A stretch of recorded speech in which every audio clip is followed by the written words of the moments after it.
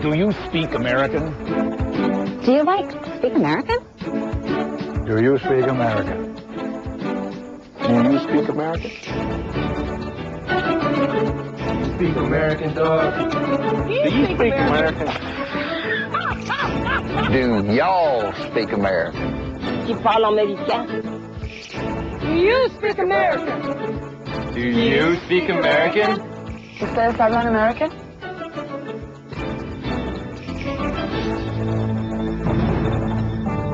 Do You Speak American has been made possible in part by the National Endowment for the Humanities, promoting excellence in the humanities.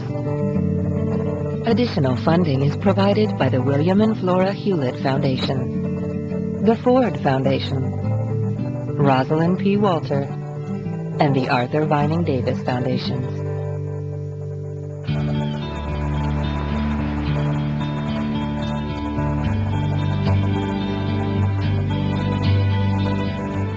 Like many Americans, I come from somewhere else. I grew up along this rugged Atlantic shore in the Canadian province of Nova Scotia. And my speech was colored by the dialect of maritime Canada. It's one of the great family of North American Englishes. But when I moved to the U.S., I began to speak more like Americans. Words, accents, language have always fascinated me. So it was thrilling 20 years ago to work on a TV series about the English language. In our television series, The Story of English, we traced the origins of our language and how it spread around the world. That was in the 1980s, and I'm curious to see how the language has moved on since then. One thing is clearer.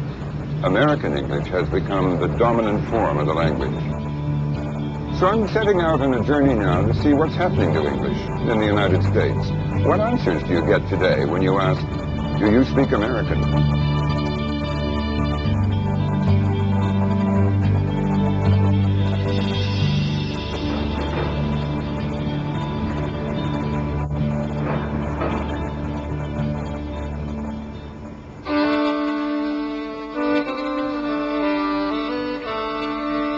Our journey starts in the far northeast on a misty road in coastal Maine.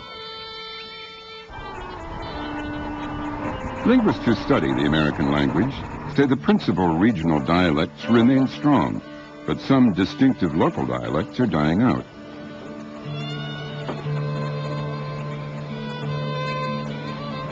Here among the lobstermen in South Freeport, Maine, you can still hear the laconic, terse style that sounds so New England. But with mass communications and changes in population, many worry that the Maine way of speaking may become as scarce as lobsters. We're down about 50 or 60% from what we used to do. Really? 6 or 8 years ago. Because the lobsters just aren't there, you mean? Or? They're not here. Something's happening. We don't know what. Lobsters decided to move on. They have moved. It's obvious. Would you be sad if the Maine way of talking kind of died out? Yeah, I think so, probably. I'd like to think my kids and grandchildren talk that way, whether people laugh at you wherever we go, whatever. Do people laugh at it? They have, lots of times. Oh. They used to when I was in the military. Yeah. Make fun of me wicked. So how do people from around here say yes? Am. Aya. Am. Yeah. How do you spell it? A-Y-U-H. Aya. Am. Yeah. That's it.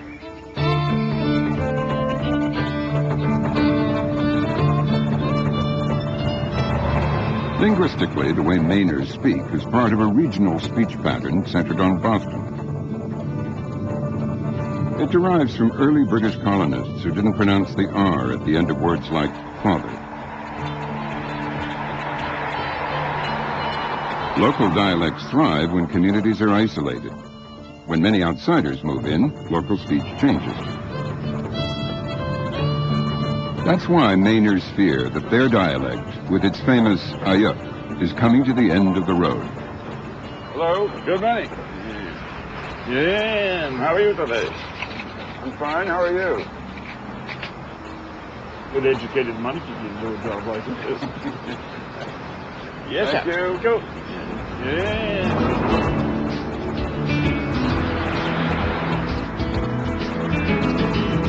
Linguists draw their own maps of North America to mark different dialect areas.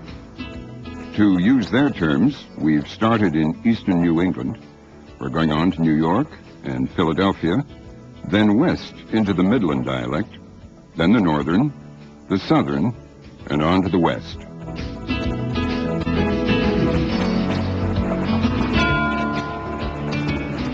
Right now I'm in Massachusetts and I'm short of gas. Good evening. What can I get for you? You fill her up with unleaded, please? Sure. When customers come from out of state like me, what do they think about your accent? I lived in Oklahoma for a short time, and had a conversation with a girl from Texas one day, and I was in the process of buying a car. She says, "What are you talking about?" I said, "A car." A car. She said, "What is a car?" I said, "What's a car?" I said, "You know, automobile, vehicle, thing you get in and drive." She goes, "Oh, you mean a car?"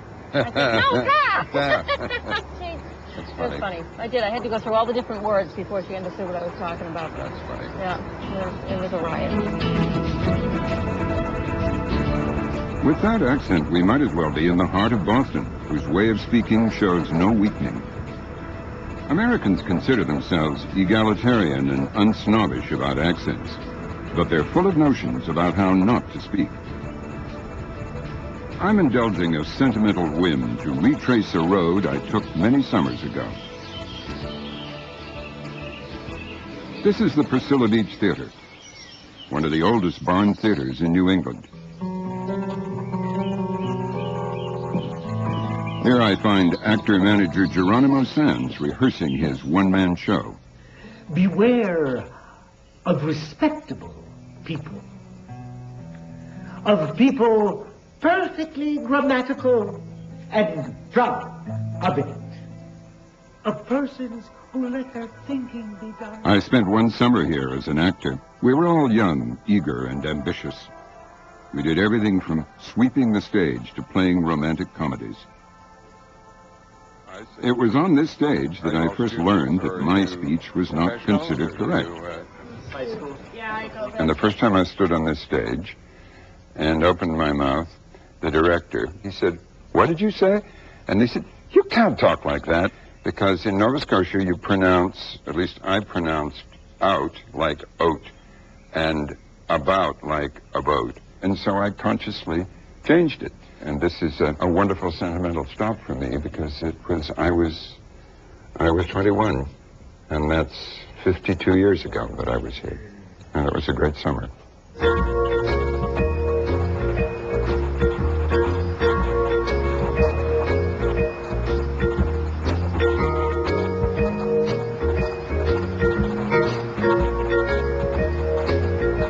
After that summer, I drove to New York. My acting ambitions fortunately died, but the city has become my home.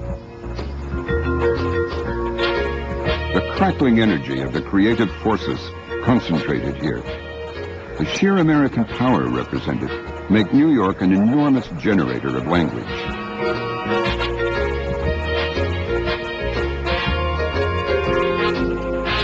The latest money jargon of Wall Street traders,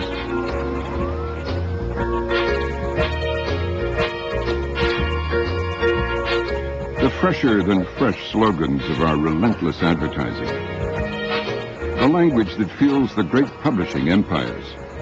From the city that never sleeps, 24/7, on TV, cable, radio, electronic media, come the words and ideas that define American culture and market it to the world. You can make a case that New York City is now the global capital of the English language. But what a language, restless, slangy, constantly changing, and ever more informal.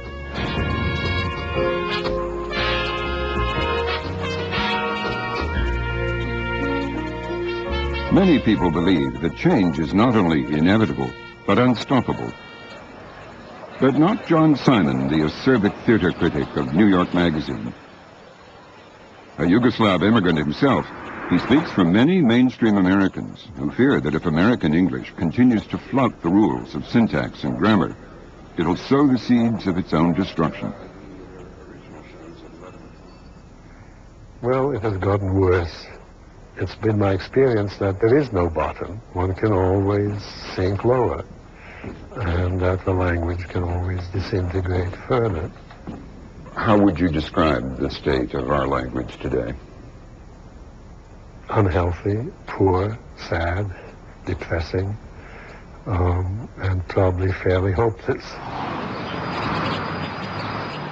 Jesse Scheidlauer stands for everything John Simon hates. He's the American editor of the august Oxford English Dictionary.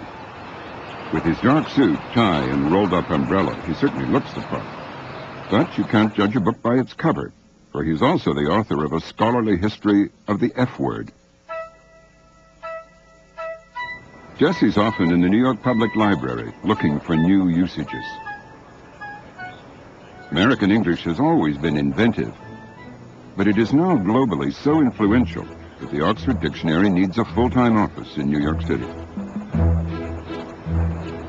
Well, American English has always been, at least for the last 100 years, it's always taken great pleasure in its slang. You can find even Walt Whitman writing in praise of slang in the 19th century about how wonderful it is and how poetic it is and how, this is the American spirit distilled into language. So when you come here, what are you looking for? We'll try to find magazines that have words in them that we think are going to be of interest, and these can be in really any field out there. What are you looking at the moment? Well, right now we're looking at some magazines devoted to tattooing and body piercing. There are terms for these different kinds of piercing, and there are terms for different kinds of tattoos. Blue, a music magazine, has a lot of stuff about hip-hop, which is a big influence on the language. Guide to zines, fanzines. Fanzines? Mm-hmm. So, fan magazines. Yes, well, they're just called zines nowadays. Zines nowadays, yeah. So if you find a new word in one of these really lurid magazines, and you decide to put it in, does that mean that the dictionary has adopted the word and as it were, recognized it? No, not at all. For now, it just means that we have an example in the database. But then we have an example in Time magazine, and then we have an example in New York magazine, and now we have an example in so-and-so. And we start to think, well, okay, this is a term that started off as a very restricted subcultural thing, but now it's very widespread. And the fact that we did read something like this originally will tell us something that we wouldn't know if all we read was Newsweek. I see. Language enthusiasts tend to be either prescriptivists or descriptivists. Descriptivists like Scheidlauer and other dictionary makers are content to describe language as it changes.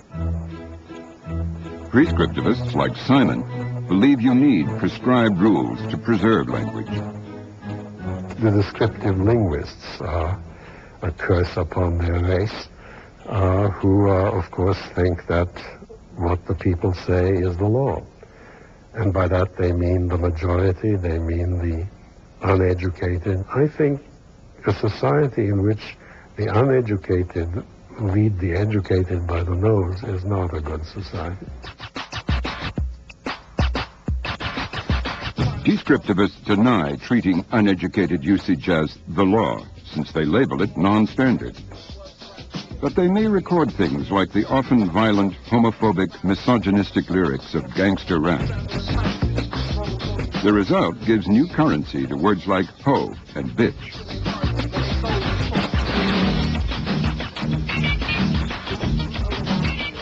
C.C. Cutler is an academic who has studied the appeal that hip-hop has for white suburban teenage boys.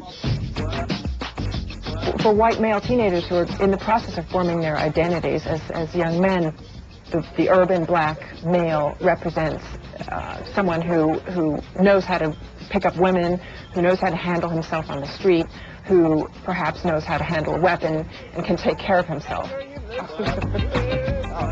Kind of way of walking or talking or dressing can give one the trappings of a masculinity that doesn't perhaps exist in the safe white suburbs.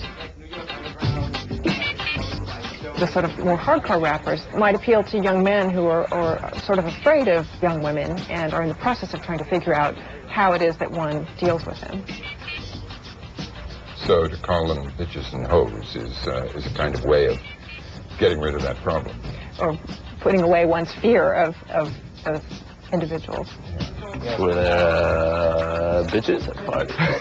For real? For sure, man. Yeah, there's more. There's been more. There's more hoes recently. I've noticed at underground events than there used to be. Yeah. There used to be not so many. Thank goodness for us. Yeah. Can you think of some examples of words that have crossed over from hip-hop into the mainstream? We have terms like mad as a quantifier, so you can say it's mad real or it's mad raining. There are terms like my bad to mean, oh, I just made a mistake, or the more colorful bling bling to refer to expensive gaudy jewelry. Any others? I think, well, you can say, what's up, B? To ask how somebody is. It's not all fun. Chopsticks, hey, what's up? It's not all just chilling you. It's not all my bubble. Do you guys still have exams? Aaliyah, that's cool. Black English is an obvious influence on the language of IMing, instant messaging. So, Birdman, so anything new? Birdman, you gonna do anything else this weekend? Written English has always been the preserver of standard English, but written standards are always under assault. The latest threat comes from instant messaging. How much time do you guys spend doing this? An hour and a half. An hour and a half. Tom, how much time do you spend doing it? A lot. I multitask, so I'll be IMing, I'll be listening to music, I'll be doing my homework. Really? So, yeah. I mean, no one does cats or periods or punctuation. It's just OMG is oh my god. And this is just short for no. Like, sometimes people say G2G, which means got to go. JC, that means just chilling. And that is lol, laugh out loud, and here. This means I'm going, I will, I'm a, and then she says here, you better call me on my cell. What's up with you? I mean, what's up? It's like, you know, how you talk, so. How are you doing, honey? Written English in America has been evolving greatly over the last, certainly 100 years, and especially the last 30 or 40 years. And nowadays, if you look at even the most formal publications, you know, things like the New Yorker or the New York Times, you will see a wide variety of colloquial or slangy language used even in news articles. People are interested in this, people speak this way and want to reflect this way in their writing. Written English has become much more informal than it ever used to be. What do you say to the people like John Simon who are really angry about what they see as a serious decline in linguistic standards in this country? Well, I think they're wrong, and I think they're misguided. Language change happens, and there's nothing you can do about it. I mean, maybe change is inevitable. Maybe dying from cancer is also inevitable, but I don't think we should help it along. But casual grammar and disturbing new words aren't the only perceived threat to American English. New York has always been the great doorway for immigration. Today you can hear Spanish spoken all around you.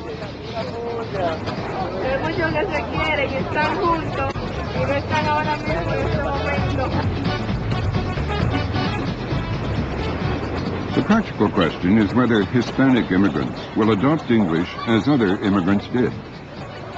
In New York, as in many parts of the country, you'll find plenty of Latinos who don't speak English at all. Hello. Do you speak English? No. No? No? Espanol.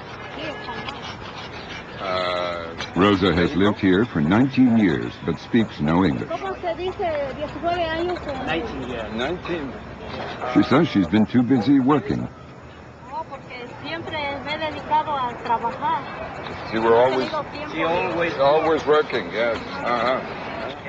American English has always borrowed from immigrant languages and been enriched by them.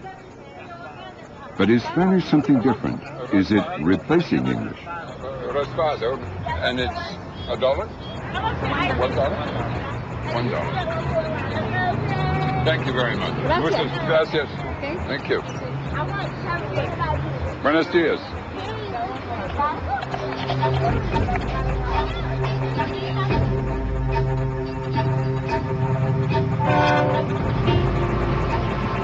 We'll return to the Spanish question later in our journey. But for now, I'm in search of standard American.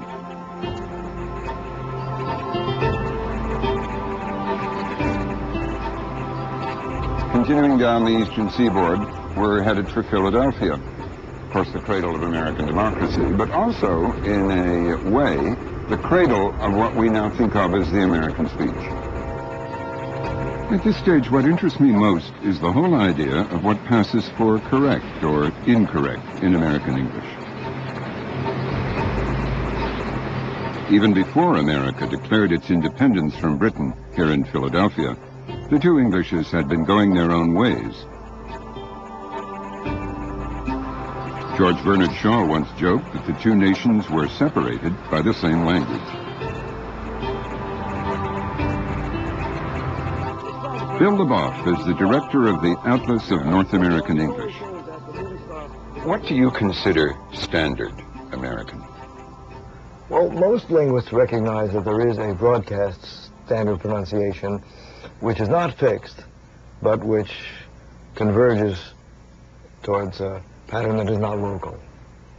And that's changed over time. It drew originally from where? From England. There was something called International English that was really modeled upon British received pronunciation. It took its form in London at the beginning of the 19th century. Americans were not all influenced by it. Only the big Tory cities, Boston, New York, Savannah, Charleston, Richmond, they adopted that oralist pronunciation whereby you say car, not car, and store, which it shifts to store. That's still a pattern in England today. For me, the model of that International English Standard was always FDR. He was a New Yorker who had the prestige pattern of the upper class in New York, and it was really oralist. It sounded like this. To those who would not admit the possibility of the approaching storm, the past 2 weeks have meant the shattering of many illusions. With this rude awakening has come fear, fear bordering on panic. I do not share these fears. So you notice that every time the letter R comes up, unless a vowel follows, it's going to sound like this. The approaching storm. Storm. Not storm, but storm, and... I do not share these fears. But it's more than just the R. You notice the way he says shattering and utter good faith. So the pronunciation of TST in those situations, still found in Boston, was again modeled on the British pattern, and it held right up to the end of World War II. And then, to our great astonishment, it flipped. So right after World War II, people growing up in New York City and in many other cities behaved in just the opposite way. When they were careful, they pronounced their R's. And when they were not careful, just speaking casually, they stayed with their R-less dialect. So people wanted to sound more English before World War II and less so after World War II. We hear British people use that pattern, and we love it. But it's not right for an American.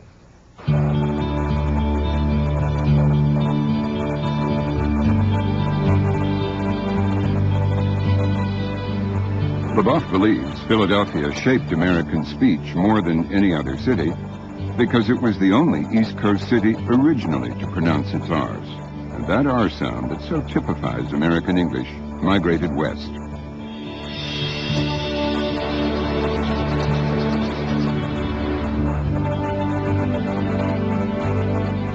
We're heading west ourselves on the train to Ohio. Ohio is the opening to what linguists call the Midland dialect. Midland speech lies between the varieties of the North and those of the South.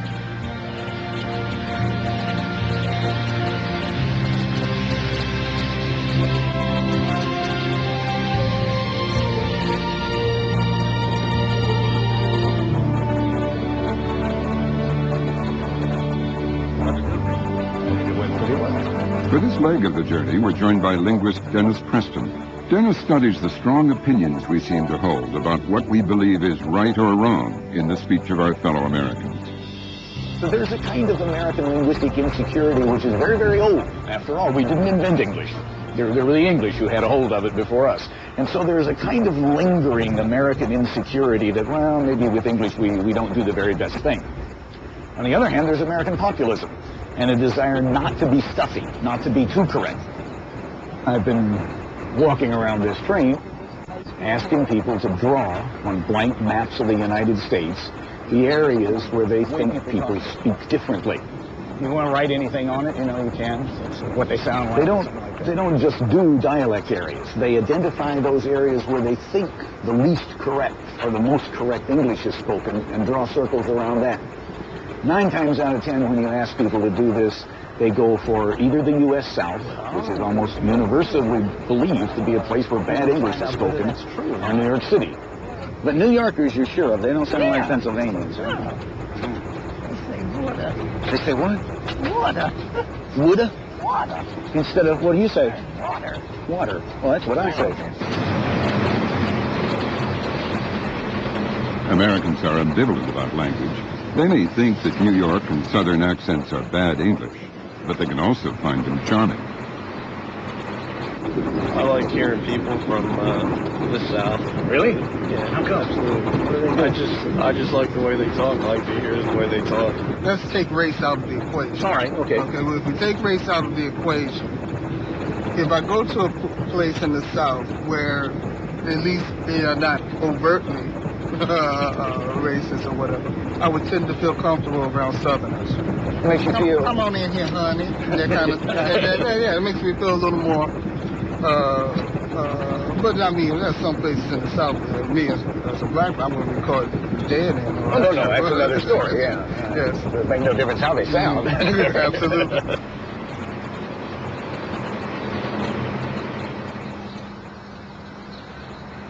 I want to make a short stopover in Pittsburgh because it shows how communities can cling to an accent as a badge of identity and local pride. I'm here to meet with a linguist who's been studying her fellow Pittsburghers' idiosyncratic way with words. She's Barbara Johnstone. How would you describe the language of Pittsburgh? Well, people talk about something they call Pittsburghese. They have this strong idea that there's a way of talking that happens here and only here or in this part of Pennsylvania, in this area. Here's this word that's got some interesting stuff. Shirts here with Pittsburghese on them. Old Scotch-Irish words, which you can still hear in Belfast. Yeah. It's a very unusual word for me. First of all, what does it mean? This is a way of spelling yins, which is the plural of you. Yeah. It's also often spelled with a Z at the end, which reflects more how it sounds, or sometimes with a U. Yeah. Yuns. Do you have any sense of where it came from? Yeah, it's actually a form of plural U that's found. It's pretty widespread in Appalachia, but often it's spelled more like Ewans. Ewans. Ewans. In the Berg, the words in and out sound more like in and out. Down and town sound like darn and tarn. How would you say them? Starting at the top. First one. Out. Out. Opposite of in. Babushka. Headscarf used for a bad hair day. Blitzburg. Drinking town with a football team. Chipped ham. Thinly sliced ham sold only in the Berg.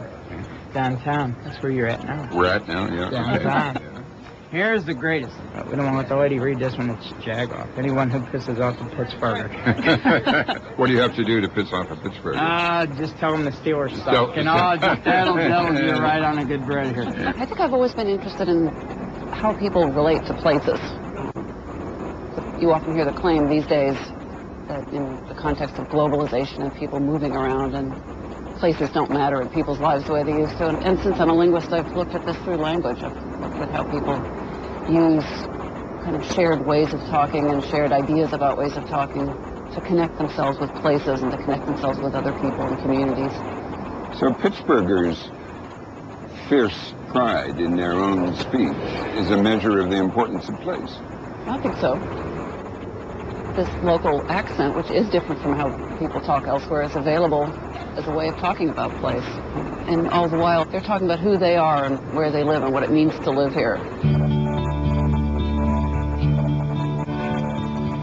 In a country full of linguistic variety, there's one variety that everyone sees as the norm. There's a great deal of agreement in a sort of Ohio, Michigan, northern Indiana, Wisconsin, Pennsylvania zone of normal English. Even Southerners, for example, will reach right up and draw that Midwestern area and say it's normal. So this is where you say the kind of correct American English is spoken. That's what I would say. Okay. Without an accent or a twang. But what's out here? What states are there? Kansas, Missouri, Iowa, Nebraska. If you took a speech class, I think that they would want to speak more like these people here. Just Wisconsin, Michigan, Minnesota. I should add Ohio. It's in there. Okay, Ohio is in there. Yeah. So if you were studying to be an announcer or something, you think this is the... This is what they would... That's the target. That's the target.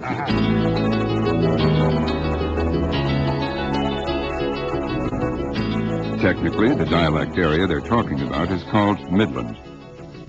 Midland is spoken in much of the Midwest. For most Americans, this is the yardstick, the most normal and correct of all dialects. And Americans are terribly concerned with correctness.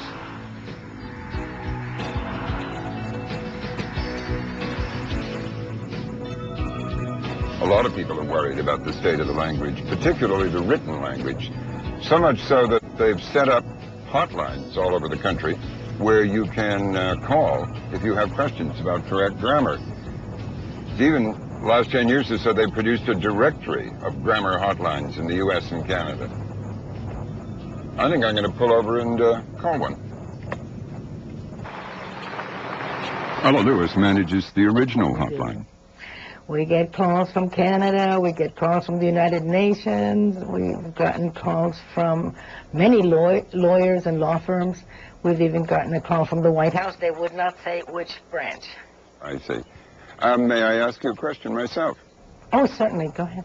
Is it getting harder to maintain the written standards or the standards in the written language, do you find? Yeah, we do have troubles with the grapholect. What does that mean, grapholect? Well, dialect means the way we speak. There are about 60 dialects of English on our planet. Pakistan, Nigeria, you name it. If you think about it, a person from Scotland with a brogue might not be able to communicate with a person from Texas with a drawl or with a person from Nigeria with that very clipped speech. But if we all keep to the same grapholect written rules, then we can still communicate.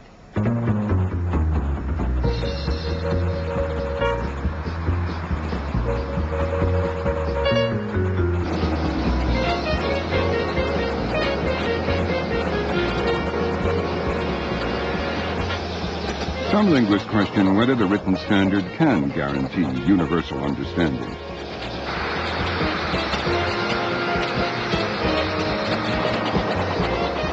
But that's an academic issue in the practical world of newspapers. America's main city papers print millions of words of copy every day. And every one of those words will or should have been vetted by a copy editor before the edition lands on your porch.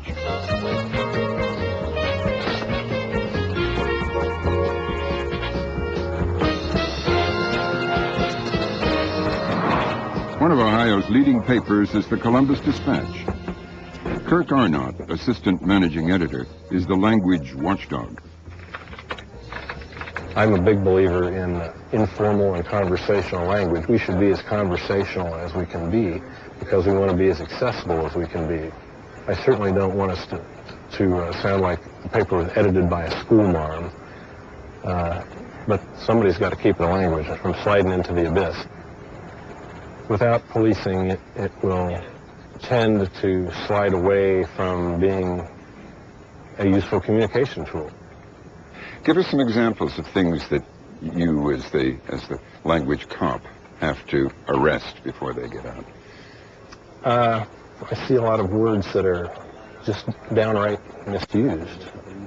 What would be some of those words that you think are misused? Importantly, when all I mean to say is important. More importantly, they say. Importantly, of course, means to To act as though you're important. Nonplussed is another one. The general attitude seems to be that it means unperturbed, when in fact it means bewildered. Bemused is another one. People seem to think it means amused rather than also bewildered or preoccupied. Those are some of the ones that seem to be most common.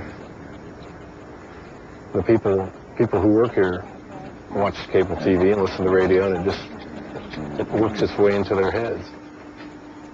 Again, the spoken is influencing the written, and newspaper copy is being affected or infected by the spoken journalism of radio and TV reporters. Not because they're bad journalists, but because their delivery is discursive, colloquial, spoken speech, and not and not written. And it's a different discipline, writing. It certainly is different. Oh yes, you just have to know how to pronounce the words. Yeah. No offense. Well, I take none.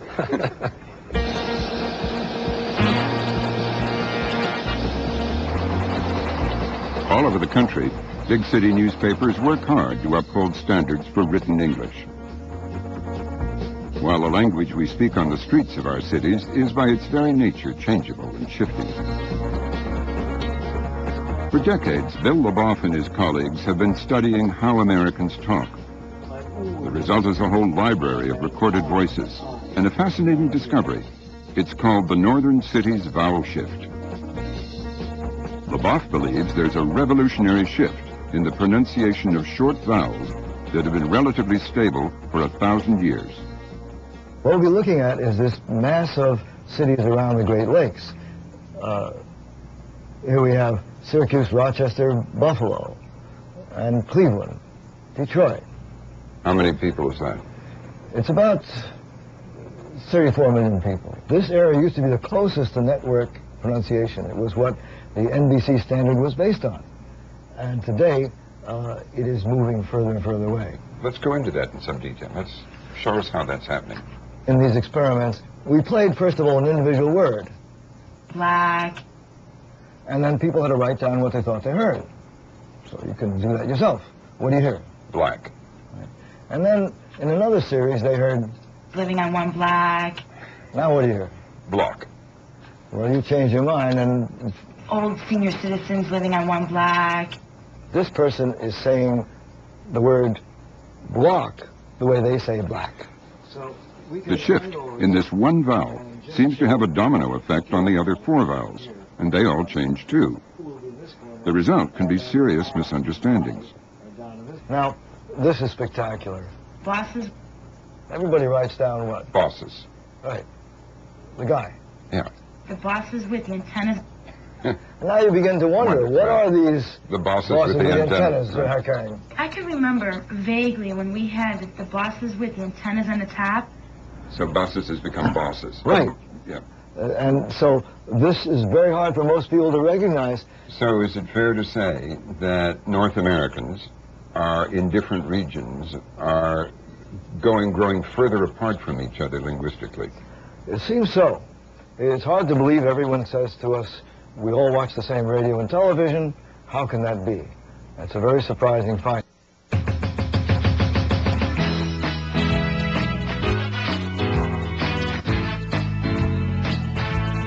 In the 1960s, Detroit was the home of Motown.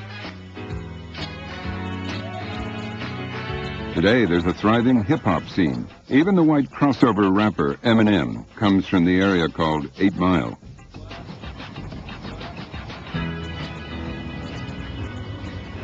Inner city Detroit is 82% African American.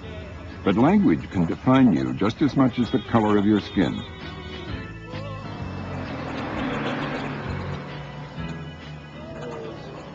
At the main bus station, we meet John Baugh, a professor of linguistics from Stanford University in California. John joins us in Detroit to demonstrate an experiment he's been conducting for years about how Americans react to different accents. It's called linguistic profiling. First, he checks the rental housing section in the city paper. Then he calls properties that are advertised for rent.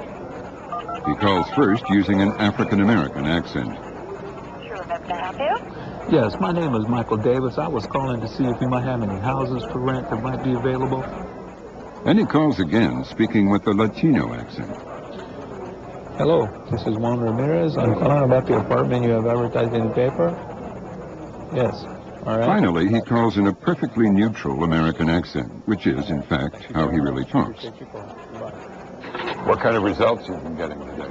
I've actually been getting some mixed results today, but generally speaking, the minority dialects do not fare as well, and particularly in the affluent communities. Is that race or economic class?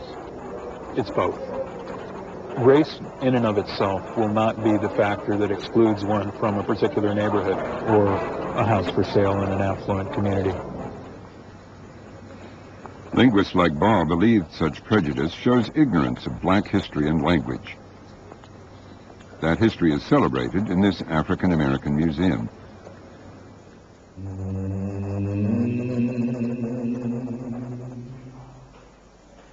The stories of slavery and black English are inextricably linked.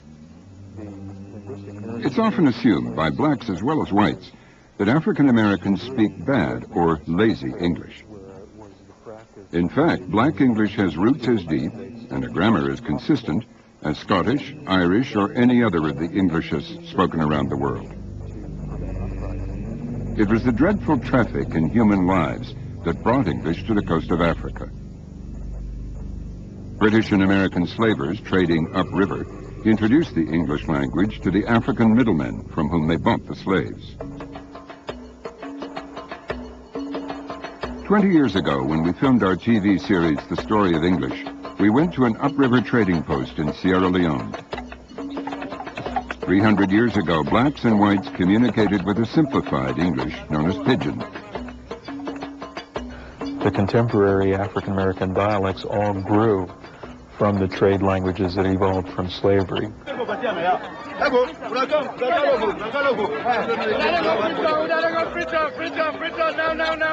The language mixing that took place between the African languages and English on the west coast of Africa for trading purposes still function today.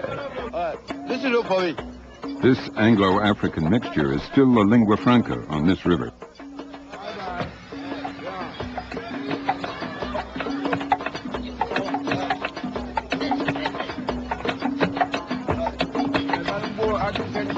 River trade carried it down to the coast and slave depots. This is Bunce Island. The ruins of an old slave fort still stand here. To prevent revolts, traders made sure the slaves penned up here spoke different languages.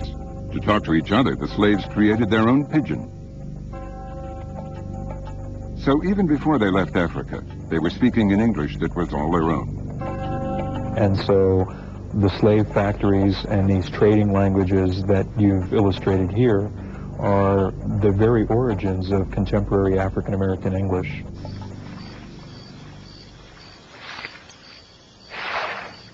"20 years ago, when we filmed off the coast of South Carolina, you could still hear the faint whispers of slave English. On the islands of Kiowa, Edisto, Dafoski, and Watermalaw, older people like Benjamin Blygan and his sister Janie Hunter still spoke Gullah and Geechee. All of these three of the Madison. We just sit down and eat Madison right now. Yeah. All them is Madison. I'm looking at Madison every day. Yeah. Oh, there was a Good time. good time. Their time's still there right now. Yeah. But they just don't want to own it. But I still old time here. I keep my old time here. Oh, yeah. Oh, yeah. Nothing like it. Give me that old time religion. That old time religion. Give me that old time religion. Yes, brother.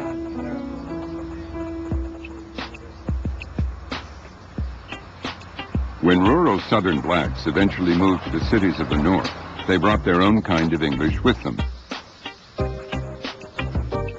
They're young men now, but 25 years ago, Dwayne, Asheen, and Keely were students at this school. Situated in a prosperous, mostly white suburb of Ann Arbor, there were not many black kids at the Martin Luther King School. When they spoke, as they did at home, in African American English, their teachers simply assumed they couldn't do schoolwork. They sort of felt like we were unteachable in a sense, I will feel.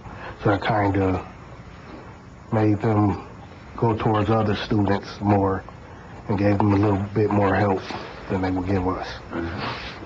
Can you remember some of the things that were said, teachers would say?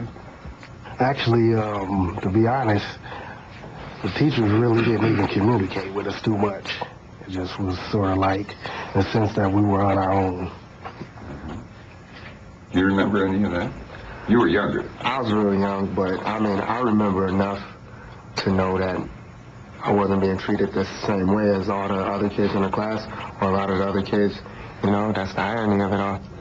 It's Martin Luther King school, and, you know, they haven't learned anything from Martin Luther King. Well, hopefully they learned it, but they didn't learn it back then. 3 mothers refused to accept second best for their sons. Annie, what was it that got you and other parents upset enough to bring a lawsuit against the school? My kids was tested and was put into special ed classes, and I felt like that they were not getting educated and was not treated equally, and I felt like that shouldn't be a barrier because of the language to stop them from being educated. Ruth Zweifler is a social worker familiar with the housing project the boys came from. Listening to Annie tell how her son and his friends were failing at school, she knew something was wrong. There were maybe 24 poor black children in a sea of affluent white families, and they really were having a very hard time. Ruth became convinced that the kids were being discriminated against because of their African American English. Language is the marker for assumed attitudes coming with an implied criticism, which is what I think a black child carries with him.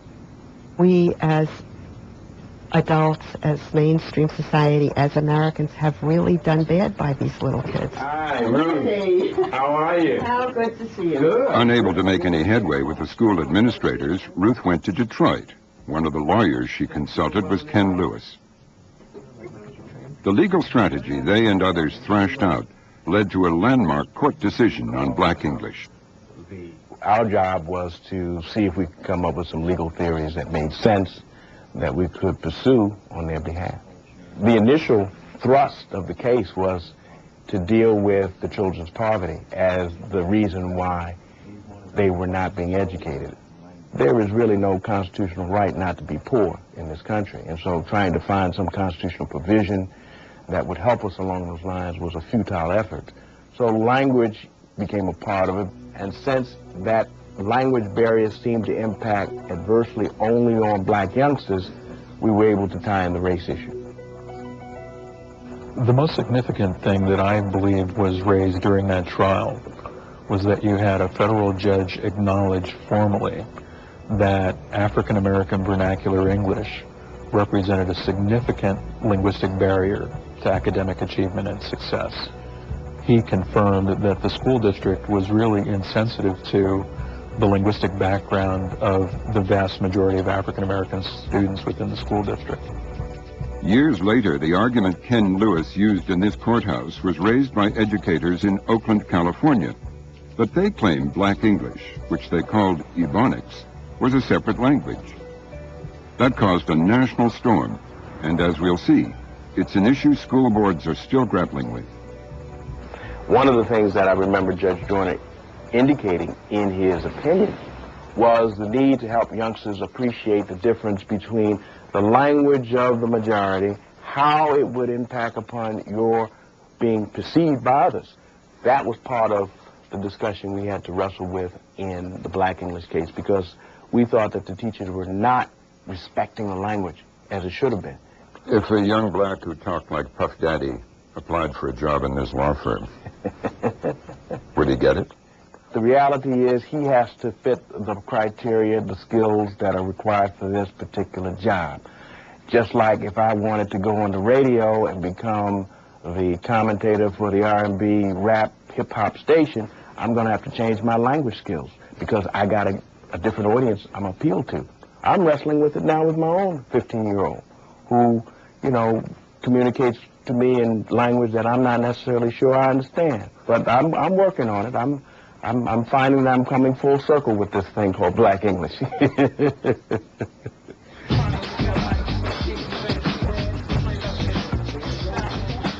This is the hip-hop crew Athletic Mic League. Some are college kids who can talk standard American, but among themselves they speak street talk. In language, as in music and fashion, it's the street that influences the mainstream.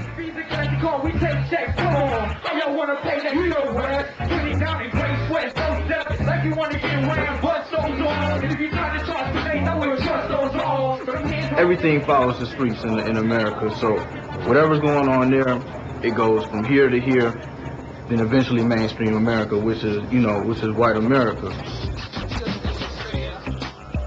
Before they go on stage, the crew rehearse bits of their routine.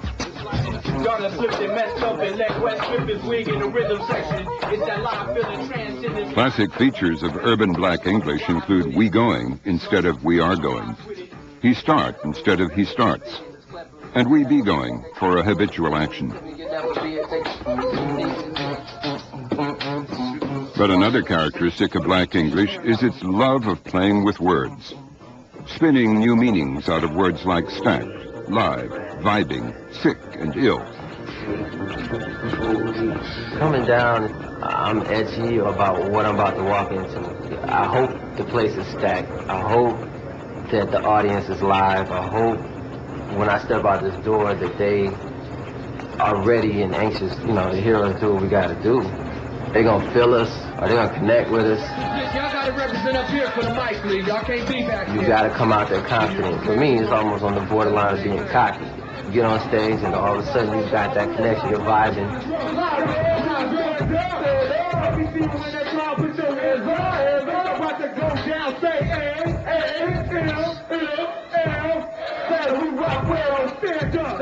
This whole game is just it's based on how ill you are for how sick a cat can be.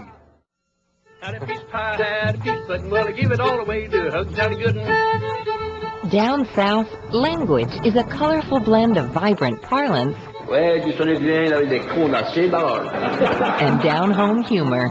With you, did you? You didn't bring your truck with you, did you? In this part of our journey, you'll hear flamboyant and distinctive dialects from Appalachia. Hey, boy, put that car in the garage. Down to the Tex-Mex border, where we'll see if English itself is endangered. They got calls, threats, what are you doing, speaking Spanish as an official language in America. It's a sizzling combo of rich cultures and traditions. We like our food spicy and we like our language spicy. This time on Do You Speak American? Do you speak American? Do you speak American? Do you speak American? You speak American, dog? Do you speak American? Tu parles américain? Does that not American?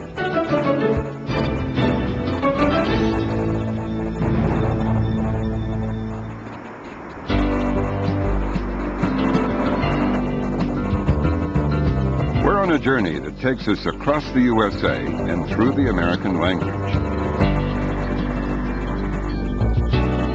Now we're going to find out how today's Southerners answer the question, do you speak American?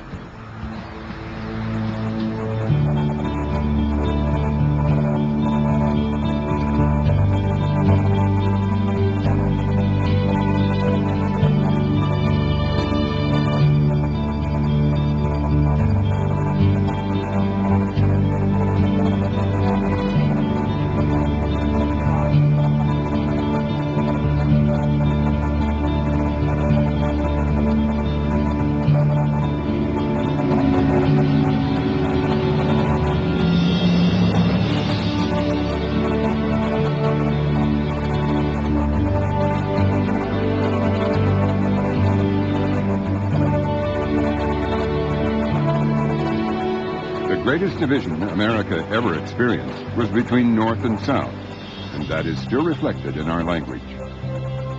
Now we're running along the beautiful Ohio River to Louisville, Kentucky. The Ohio River, the traditional northern boundary of the southern accent.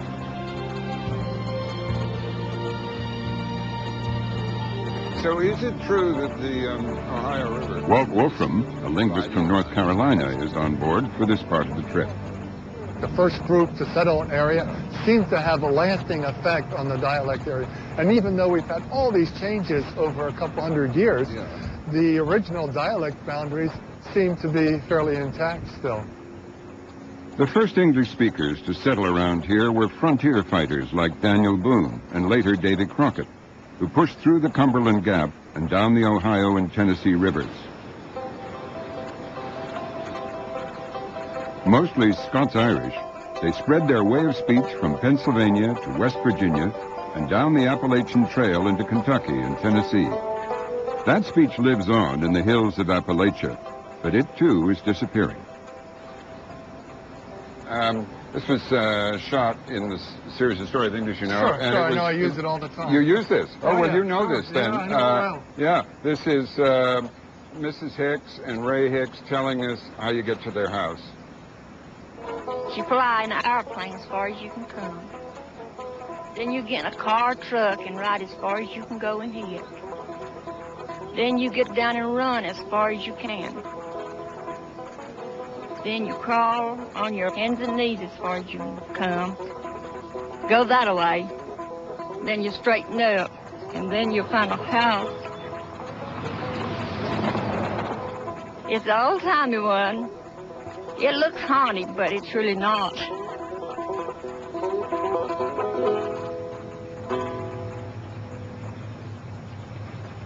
Ray Hicks used to be famous around here.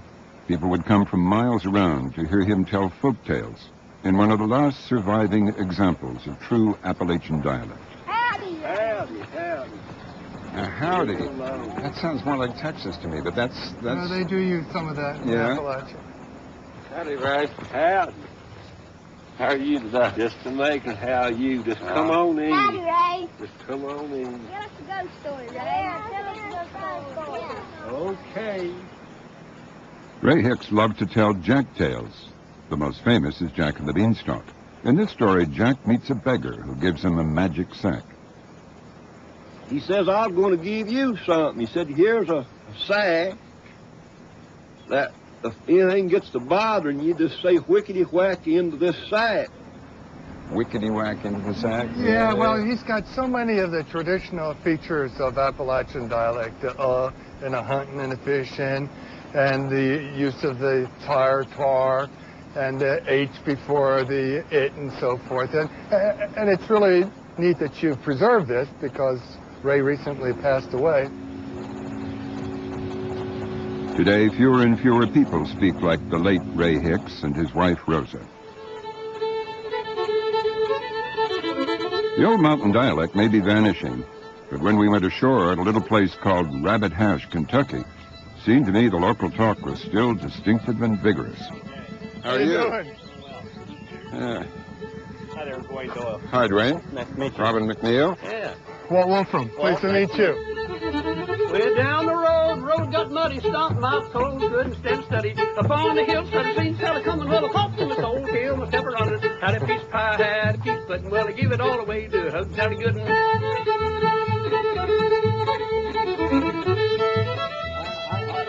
You think the language is changing much? Well, it is. You know, now down home where I'm from, down in, I'm from close to the Tennessee line. I said Tennessee and Kentucky both, they claim me. Tennessee claims I'm from Kentucky. Kentucky claims I'm from Tennessee.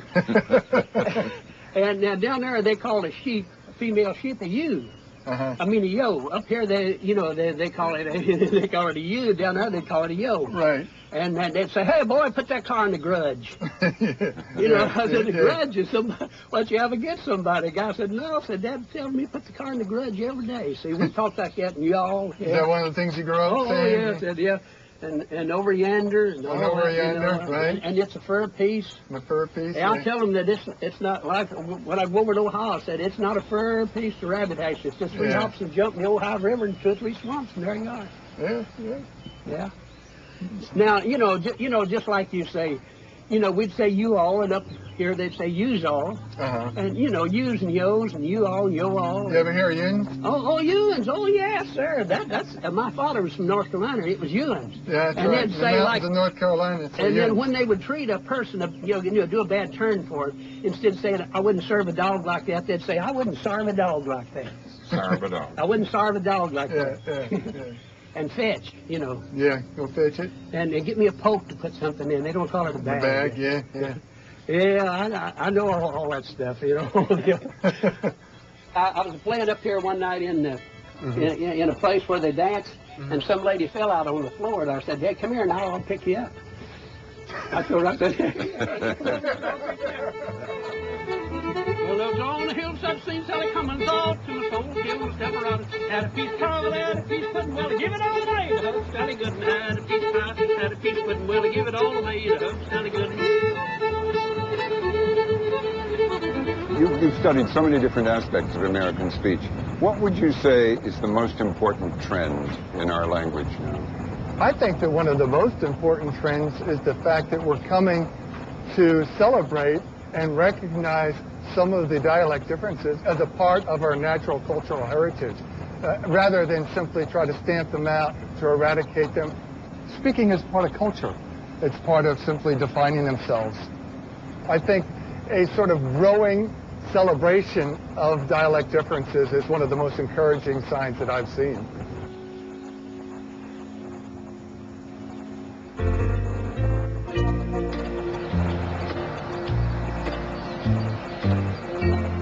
Today, the country speech of Appalachia has absorbed other southern dialects and traveled throughout the Sun Belt. You can hear this influence all over the USA in the lingo of truckers like David Swain with their CD radios. David's handle is Spanky. Northbound? You look good up there to Franklin, up there 65 is where I started, okay? Everybody sounds real country when they're talking on the CD. They do. And I couldn't tell you why. I mean, I don't even know if I do. You do? Yeah, I thought you did when you were talking. I don't know. It's a CB slang, I guess. I don't know what it is. Is that the same all over the country? Yeah, pretty much. Everybody pretty much sounds the same way. And I don't know why. Spanky, you say you play music on the road. What's your favorite kind of music? My favorite's country music. Yeah. Well, as a matter of fact, I've got a nephew that's in the country music business, Cody, and he lives in Nashville. And to be honest with you, his CD has taken me many miles.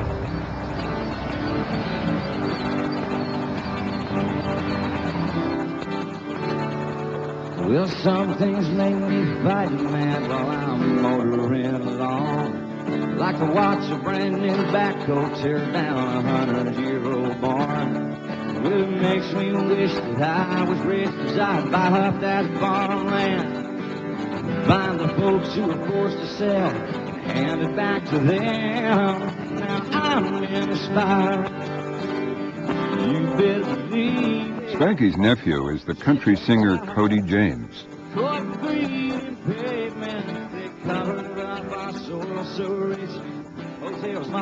Cody looks, sounds, and sings pure country. But he and Kenny Hayes, his co-songwriter, aren't even from this part of the country.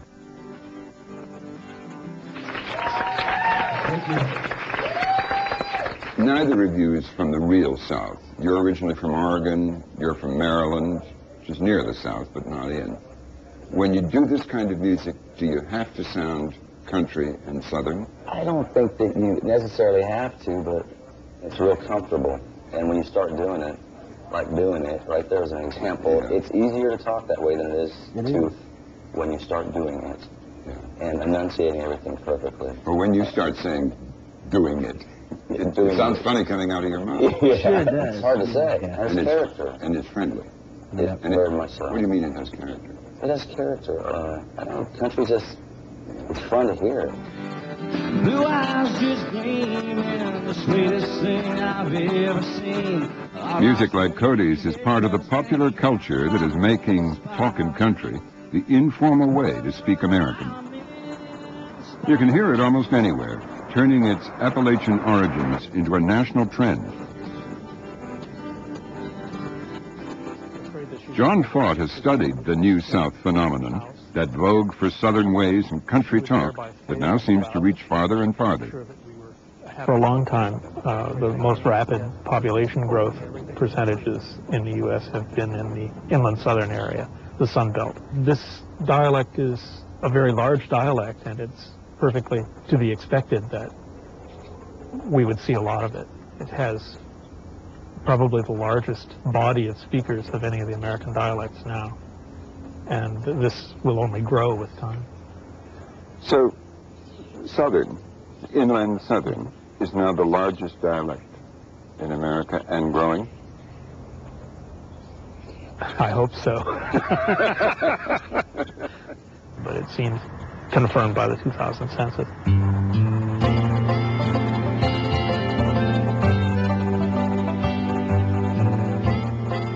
By contrast, the other strand of Southern speech, the dialect of the coastal or plantation South, is losing influence. It's being swept away by time and civil rights and the migration of Northerners. City dwellers in the Deep South are even pronouncing their R's.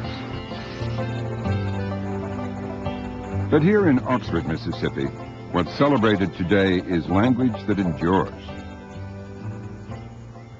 Among the cultural treasures of the South is its literary tradition, and Mississippi can boast two of America's greatest writers, William Faulkner and Eudora Welty. In their recorded voices, you can hear the cultivated speech of Mississippi of 2 generations ago. For instance, this is Eudora Welty reading from her story, The Optimist's Daughter. So I was forced to the conclusion I started seeing behind me. Fay laughed, a single high note as derisive as a jay's. Yes, that's disturbing. Dr. Cortland rolled forward on his stool.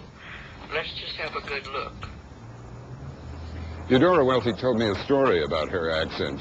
In the late 30s, she attended Columbia University in New York and lived in the women's residence. The woman who ran the residence would give free theater and concert tickets to the students. After a couple of months, Eudora went to her and said, "Why did I never get any?"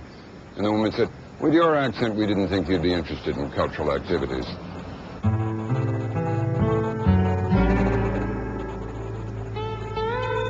That kind of prejudice is still alive today, if more good-humored. The stand-up comedian Jeff Foxworthy bases a large part of his act around it. He must be onto something, because wherever he plays, he fills the house.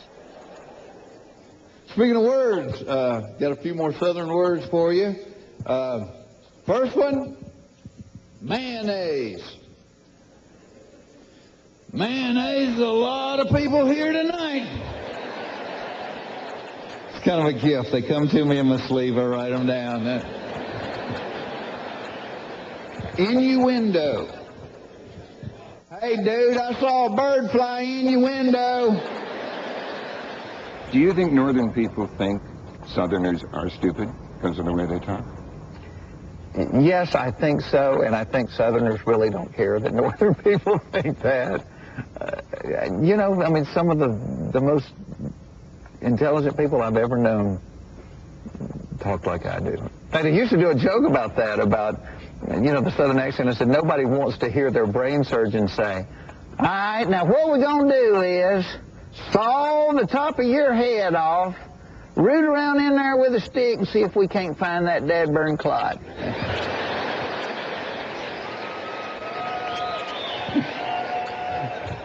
Urinal. I told my brother, "You're in a lot of trouble when Daddy gets home." And last but not least, whichy did you? Whichy did you? Oh, you didn't bring your truck with you, did you?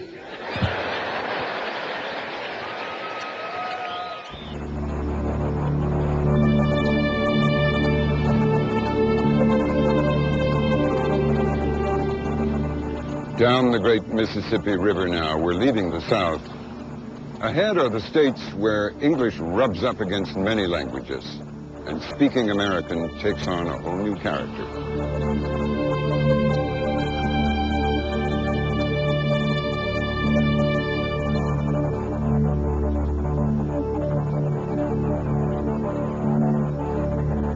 We're 10 miles up State Route 13 from Eunice, Louisiana, driving past flooded rice paddies.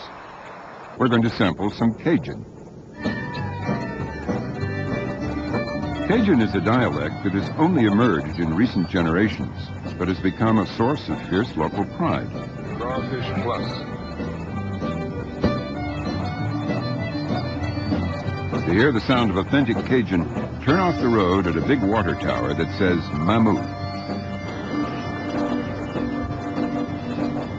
Today, Cajun is as much tourist bait as crawfish pie or boudin sausage. Here in Carl's restaurant, which describes itself as the most famous restaurant in Mamou, you can hear English and French and Cajun, which is kind of a mixture of the two with other influences. C'est la plus grosse largeur de contient bœuf de vue. Ouais, du Tunisien avec des condensés d'or. Ça, mais il est capable de se bâtir un magasin aussi gros que ça, mais il faut mettre son taureau dedans. While I was hanging out in Carl's, there was a steady stream of people arriving at Fred's Lounge across the street. Fred's motto is, Laissez les bons temps rouler, let the good times roll. The lounge has become an institution, as has its owner, Aunt or Tante Sue. Tante Sue, would you describe what happens here on a Saturday morning? The only description I have about Fred's Lounge is we have a wonderful time, and I think this is one of the places that you have the most true feeling of Cajun culture there is.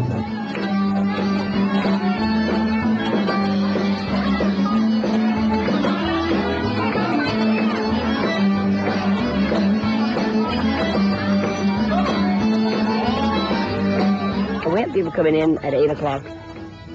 We promote to offer them Bloody Mary because it's a mild drink and it's very good. Once the band starts playing, they do start drinking.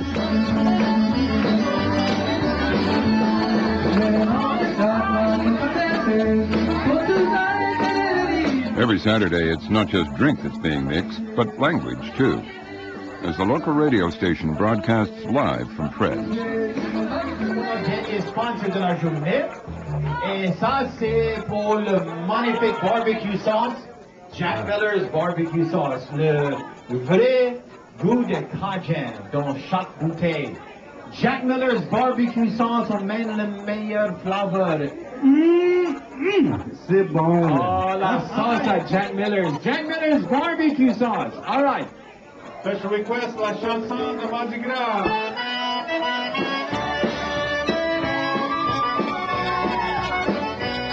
American English smothered in Cajun is what you hear in Tante Sue's speech. We have Fred's Lounge t-shirt with the accordion on the front, which is our regular logo. And when the accordion starts playing in the band, I play my accordion on my t-shirt. And I have a great time, and I don't miss a note. I don't know how to play the accordion, but I don't miss a note on my t-shirt.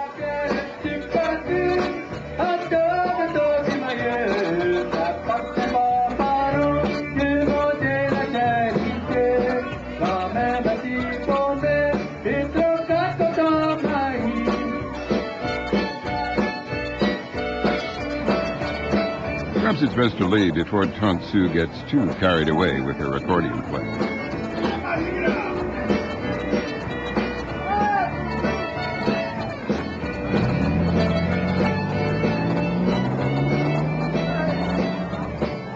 I'm heading out of Mamou to the west.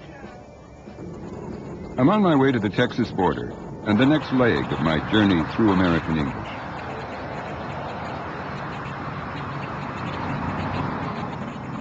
We've just been listening to French here in Louisiana. In fact, this whole area could still be speaking French if Thomas Jefferson hadn't bought almost everything west of here in the Louisiana Purchase. Or, by another turn of history, it could be speaking Spanish, as some Americans still fear it might.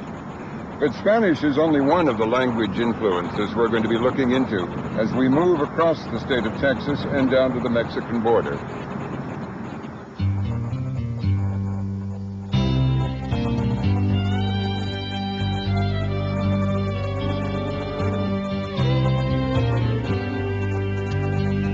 The Texas accent has its roots home on the range.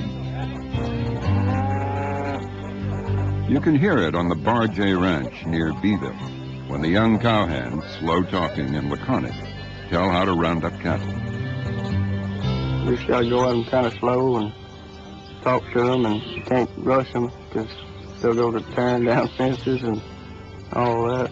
It's like the cattle we worked earlier this morning. We went out there nice and slow, and they went straight to the brush. And they're probably still out there.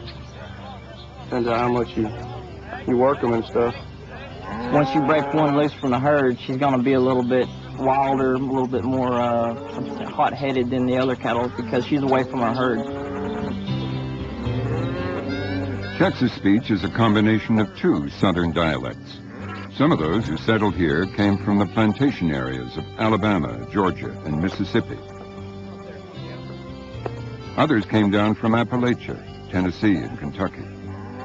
The result is a kind of southern speech that's different from anything else.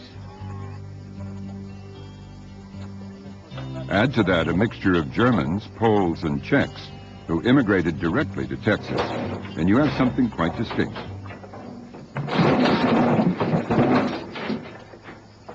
The squeeze chutes, well, you got your head gate there where you can get up there and work on the horns and tag them and all that, and you can get a brand on them without them moving around and all that. Jake describes right, we're not hurting the animal. We're just restraining it so we can work on it properly.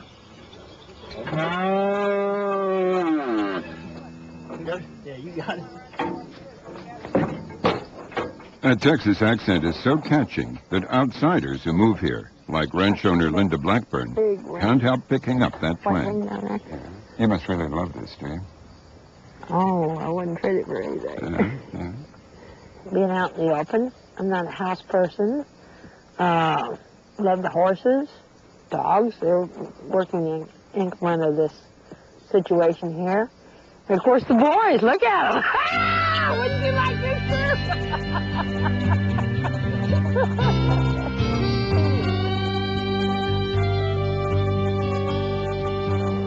Today, only 1% of Texans ride a horse to work.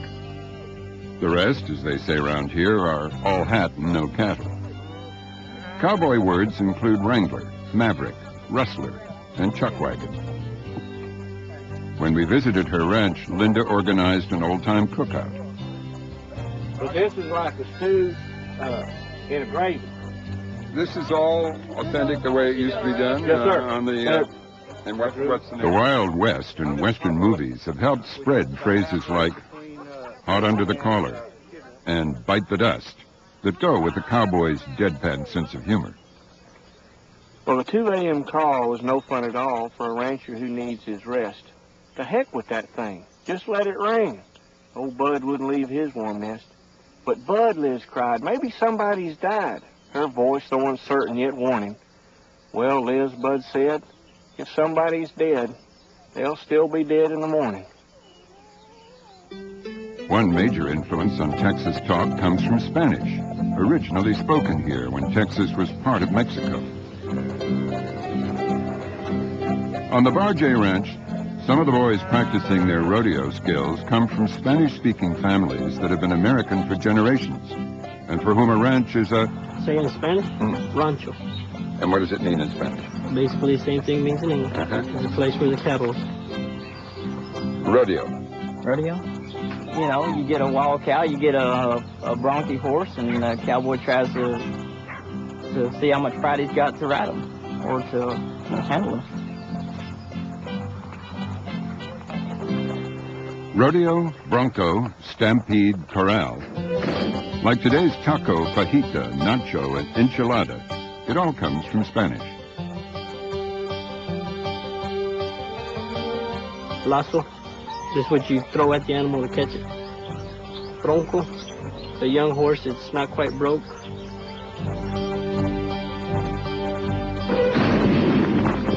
Pinto. The color of a horse. Or a bean. Vamos, it means let's go.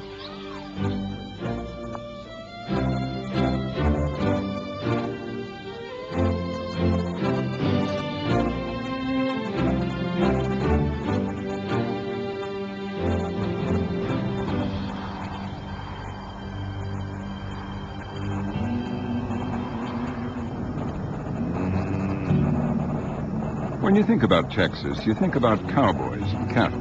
You don't think about cotton and slavery. But that's in the history of this dry, flat, and stiflingly hot East Central Texas.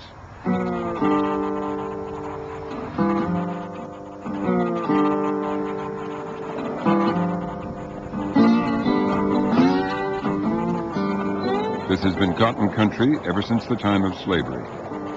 After slavery was abolished, this land was worked by dirt-poor sharecroppers.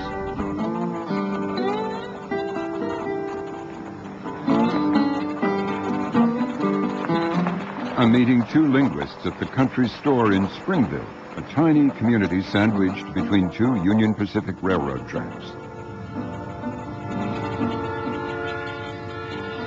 For more than 17 years, Guy Bailey and Patricia Succoravilla have been conducting a remarkable piece of research into the language of local African Americans. How you doing? Welcome to Springville. Thank you. Welcome to the train. Welcome to the train, right? Yeah, well, do you have these all the time? Yeah, they are About all the every time. few minutes, right?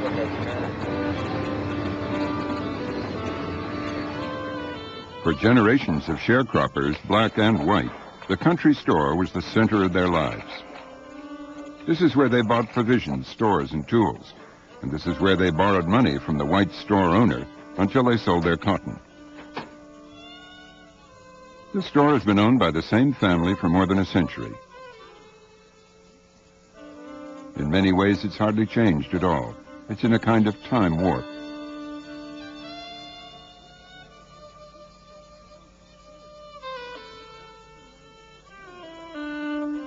When I first started out with this project, I would sit out at the general store inside and basically hang out there most of the day and interact with people who came in and talk with them, and not necessarily record right at first until I got to know people.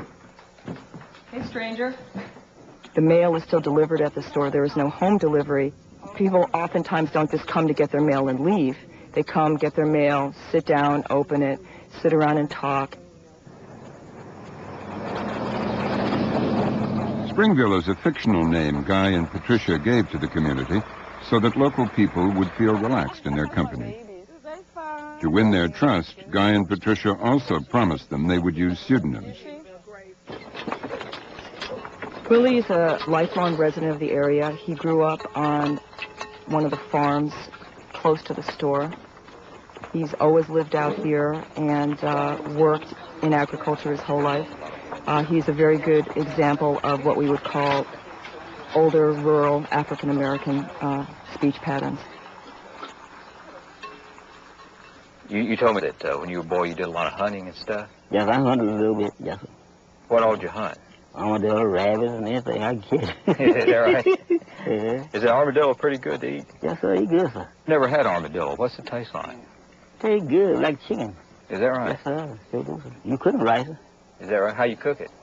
Well, my mama, she boiled him, you know, in a pot, you know. Uh-huh. Put some onions around him and, you know, make gravy out of him. What we've been able to do with this research is to look at how things change over time in a single community. We had some hard times in my days. Yeah. Yes, sir. Mm-hmm. We worked hard, sir. Yeah. That's my daddy. Willie's way of talking can be traced right back to the time of slavery. We know this because one of the things that makes this part of Texas so special is a series of recordings and photographs made here in the 1930s and 40s. These were pictures that were made by workers for the WPA here in Texas. The top two are from former slaves who were from this district, and the others are from slaves in other parts of Texas. You think of slavery being so long ago, so long in the past. So much of it, though, was a 19th century phenomenon. So these people photographed in the late 30s, or 1940 or thereabouts, could actually be the grandchildren or even children of people brought directly from Africa. That's exactly right. Okay, here are some recordings from the Library of Congress with former slaves who were born in Texas. Born right there, stayed there until I was about 9, 10 years old, maybe more. Stayed right there. We didn't know where to go. Mama and them didn't know where to go, you see, after freedom broke. Just like you turn something out, you know. Didn't know where to go. That's just where they stayed. I said, I'm 61 or 2 years old, and I never had no trouble in my life. I said, I never asked the Lord for a nickel, but He didn't give it to me in my life, and now one of them never trusted me. What is significant to you in the speech patterns on these recordings? They're very different from current-day African-American vernacular English. Many of the features that are most common in what linguists call AAVE, things like invariant B, they be working, or the deleted copula, they working, you don't see as much. The invariant B, you don't see it all, hear it all in the slave tapes.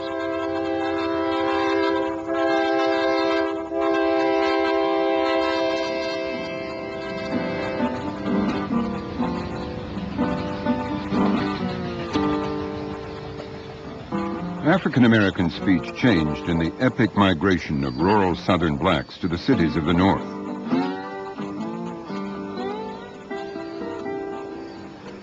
Over many decades, until the 1970s, some 6 million made that journey. And as always when there are great movements of people, there are also great changes of language. In the cities of the North, the races mixed less than in the rural South. Instead, blacks and their language found themselves isolated in ghettos. In the large cities, you had spatial segregation, but you also had the formation of separate communities, often with a kind of oppositional culture to the rest of the U.S. This created an ideal context for African-American vernacular English to develop along a sort of a separate track. What we heard in Detroit shows how that separate development continues to this day. I put 2 extra little loops in there. For trying to while the beat's going? Yeah, like when it first started, so you don't gotta start. I think what you can say is that white speech and African-American speech over the last 150 years or so have developed along different paths. They've had sort of independent development, not influencing each other very much at all. So that their grammars are very different today, probably more different than they've ever been. And their phonologies aren't very similar, their sound systems aren't very similar either. It's kind of independent development. I suppose you could sum up Springville like this. 150 years ago, rural blacks and whites sounded more alike than you might have thought. But today, whites and inner-city blacks sound more different than you might have hoped.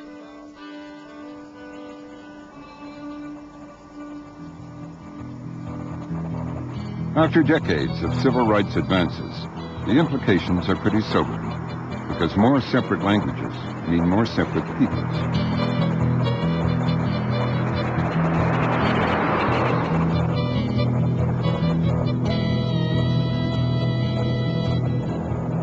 Late afternoon, the end of a long day's drive. I'm heading for the heart of Texas, but I couldn't resist a little detour when I saw this name on the map.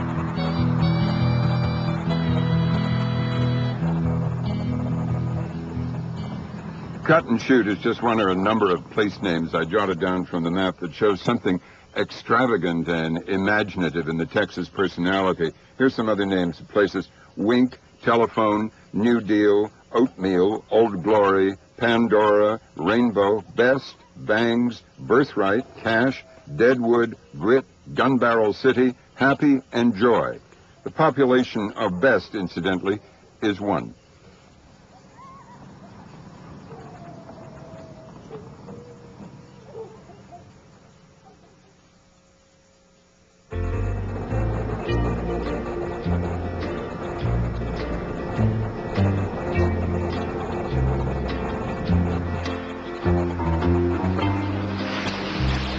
Somewhere around here, there's a man who makes a good living out of Texas talk and an art out of being politically incorrect. He started out writing country and western songs with clever lyrics. Now he writes detective stories set in Texas. He's also written a book called Texas Etiquette, which includes a chapter on Texas talk.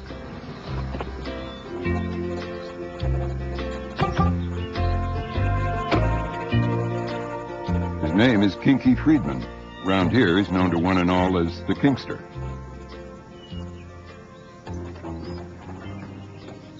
Hello. Robin.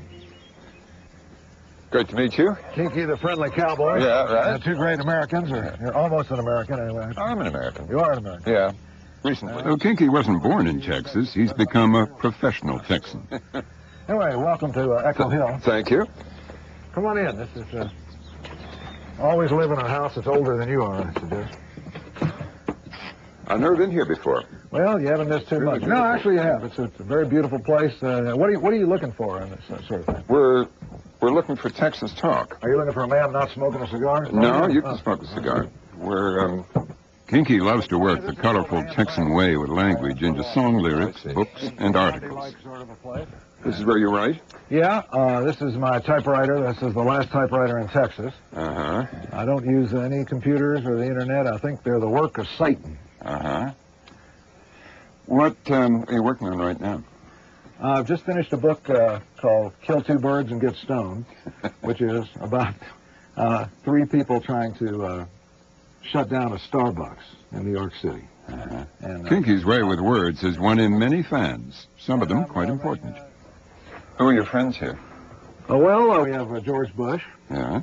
Kind of a friend of presidents these days. I see. And Bill Clinton. They're both friends of yours? Yeah, and I'm kind of like Billy Graham or Jesse Jackson. I'm a professional friend of presidents. Uh-huh. My friend Don Imus accuses me of being best friends with Bill Clinton until 1 millisecond and after he was out of office, then jumping to George Bush. You're George Bush's favorite author? Yes, but George is not that voracious a reader. But you suit his attention span? Yeah. He's a great American. Thanks to Kinky, non-Texans can relish Texan terms like these. Well, butter my butt and call me a biscuit to mean all right or hi. Cattywampus for something that doesn't fit or is out of line. Dad blame it, dad bum it, dag nab it. All euphemisms to avoid swearing. Lurripin, tastier than finger-licking good. And all swole up to mean irritated or proud and self-absorbed.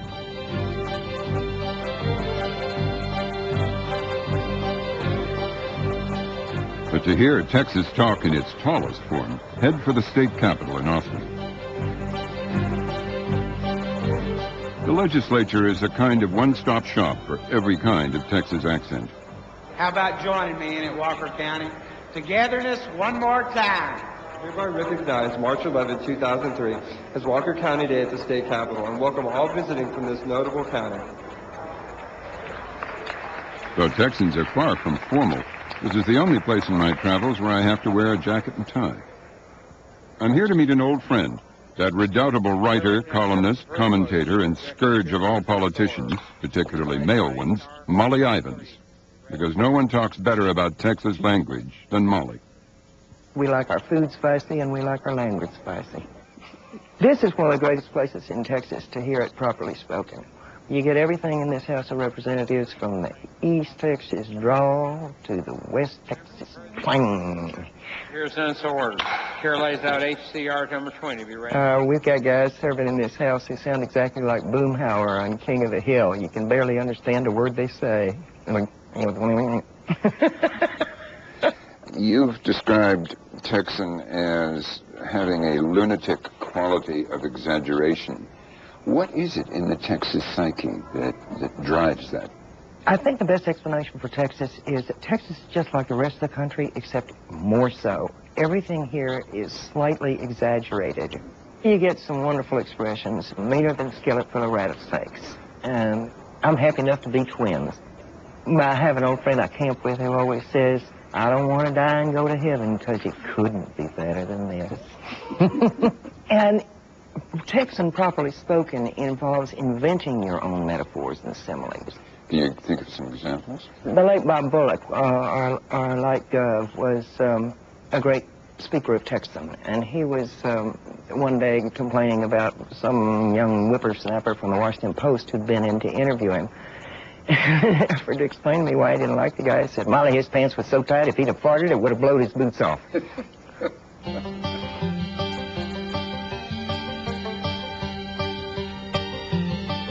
This is the Lyndon Johnson Library in Austin. Few Texans have talked more Texan than America's first president from Texas. To its credit, the LBJ Library hasn't lost its sense of humor. I was thinking about a story that occurred down in my own hills of Texas. The real LBJ was famous for his salty turns of phrase. He used to say, he can tell chicken from chicken salad. During the Vietnam War, I personally heard him say, if I got him by the short and curlies, the hearts and minds will follow. The uninhibited rhetoric and flamboyant style of Texas politics hit Washington with Lyndon Johnson. I began covering politics with Kennedy and Johnson, just as television replaced radio as the national sounding board.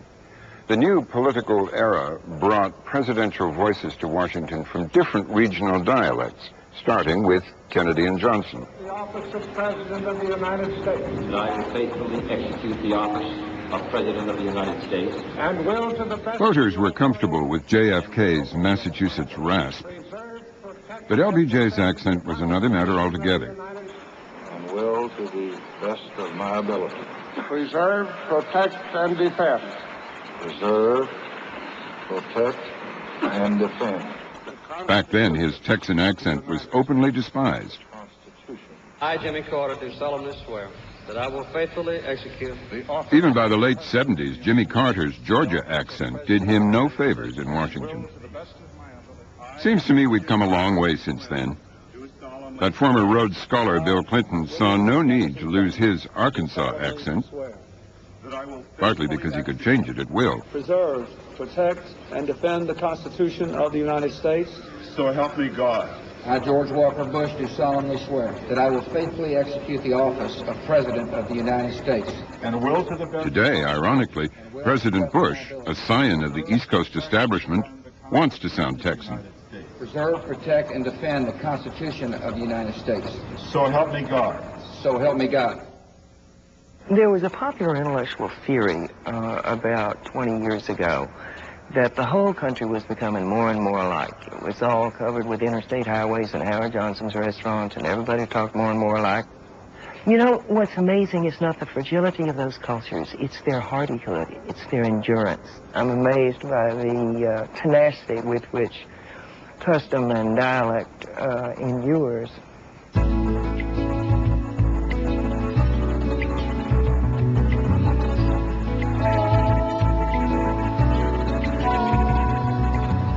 The farther south we go, the stronger the Spanish influence. The road signs tell their own story.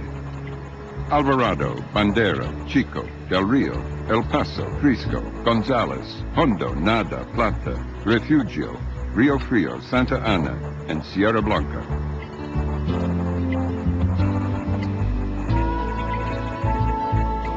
By the time I reach the Tex-Mex border in the evening, it feels as if we're already in Mexico.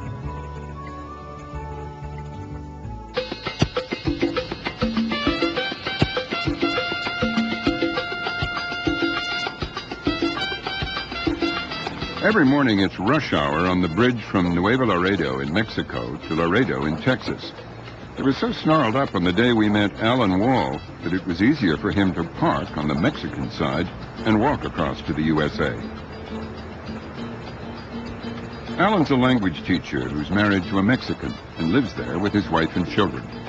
Many Americans are so alarmed by the amount of Spanish they hear that they want English to be made our official language. Alan Wall is one of them. It's a great advantage for us to have a common language. Hi. It's good for the immigrants to learn English. Thank you, sir. It opens up to the mainstream of the American society and economy. It's also an important part of our common citizenship. The Declaration of Independence, the Constitution, the Bill of Rights, the judicial precedents, these are all in English. And I think it's a threat to the linguistic unity of our nation because the English language is our common civic language. Atención clientes de Chivil, los estamos invitando a que pasen a sus registers, donde puede llevarse el Gillette Deodorant Hard Strike a solamente 99 centavos. Spanish is everywhere in Laredo. It's not that the supermarket workers can't or won't speak English. It's just there's not much call for it. And like always, we'd like to thank you for doing your shopping here at HB Mercado Grande. Even the local newspaper puts out editions in both Spanish and English. The editor is Robert Garcia. Look at what's happening to major newspapers in the U.S. They're switching some of their segments to Spanish because they need to get to those folks. They need to communicate with those folks. For example, I work with both the Spanish and the English segment of the newspaper, so I'm constantly switching back and forth. You know, but I'm used to that. I'm from the area.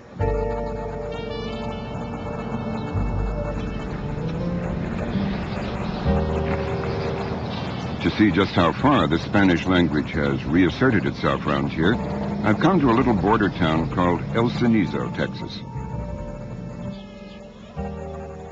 I'd made an appointment to meet the mayor.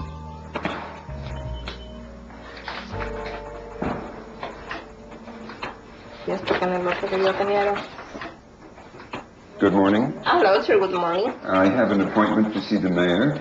Yes, sir. Yes. Is the mayor here? No, sir. Did she say anything about our appointment? No, sir. She said that very important meeting. Yeah. So is there somebody else that I could talk to here? Yes, with Mr. Hernandez. He's commissioner. A commissioner? Yes, sir. Commissioner, you were just elected commissioner, Yes, were you? that's right. When was that? In November. In November. How many commissioners are there in... We are, right now, we are just two. Just two commissioners. You're one of two. Yeah. Mm-hmm. And tell us what the mayor... Where is the mayor? She's... The mayor is right now in the country. In Laredo? In Laredo. Uh-huh.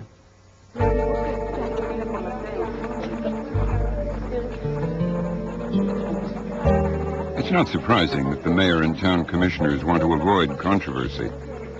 Under the previous mayor, the town passed an ordinance making Spanish its official language. No inglés. In the border town of El Cenizo, Spanish is in, English is out. Banning English, divisive measure. Spanish is official language in town. Suddenly, El Cenizo found itself at the center of a national furor. It was ugly. They got calls, threats, people telling them, you're in America, what are you doing, speaking Spanish as an official language in your community. And they infuriated the U.S. English people, the people who want to make English the official language of the United States. That also brought on a lot of heat from them. Has any other town followed El Cenizo's example on Spanish? I think a lot of them wanted to, but after the reaction that El Cenizo got, they stayed away. Mexico would never allow that. We could never take over a town in Mexico, declare English the official language, and declare it a haven for Mexican immigration law.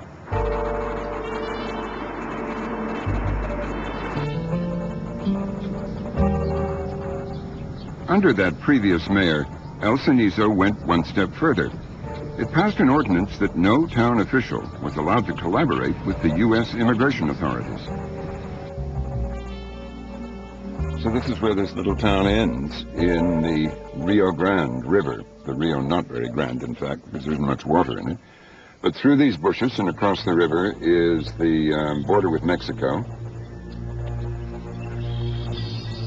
So it's a naturally attractive crossing point for illegal immigrants. And this area is heavily patrolled by the Border Patrol.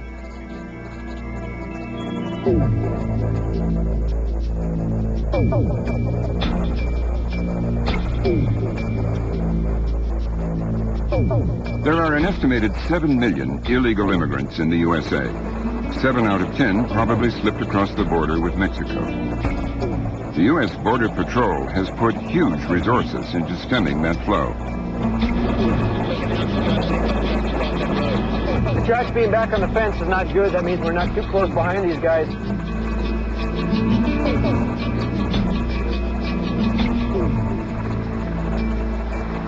You come out and find a trail, and then somebody cuts in ahead of you, and they use the helicopters to position them. Is that right?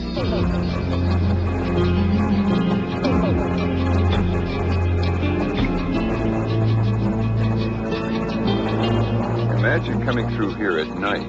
This is pretty rough country. I mean, you get your clothes torn up on all these thorns. Correct. It's very, look at all this, it's very sharp.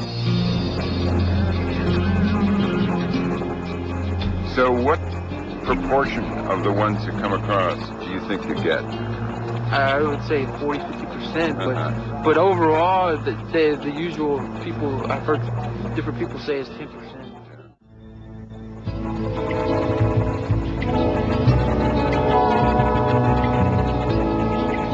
In our previous episode of Do You Speak American, we looked at what's happening to Southern speech.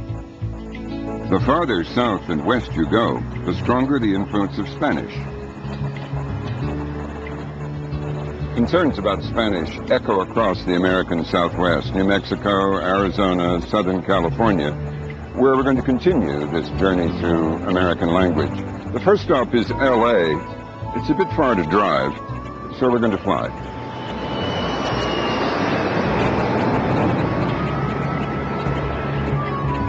Spanish is just one of the language influences we'll look at as we follow the West Coast from L.A. to Seattle and ask, do you speak American?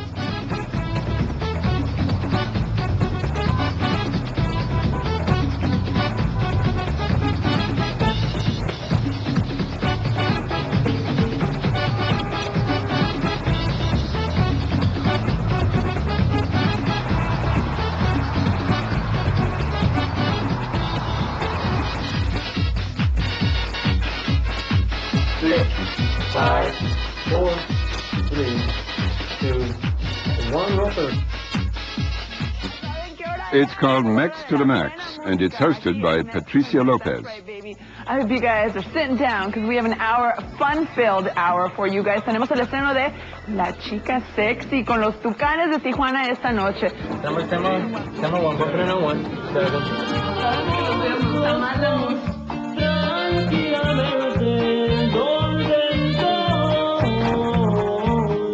Patricia, known as Patty Longlegs, is the former fashion model who's now a VJ, that's video jockey, introducing Latino music and salsa videos on local TV.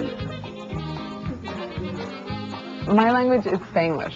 It's great because it's half English, half Spanish. And you know what time it is, baby. It's time for the emails, yes?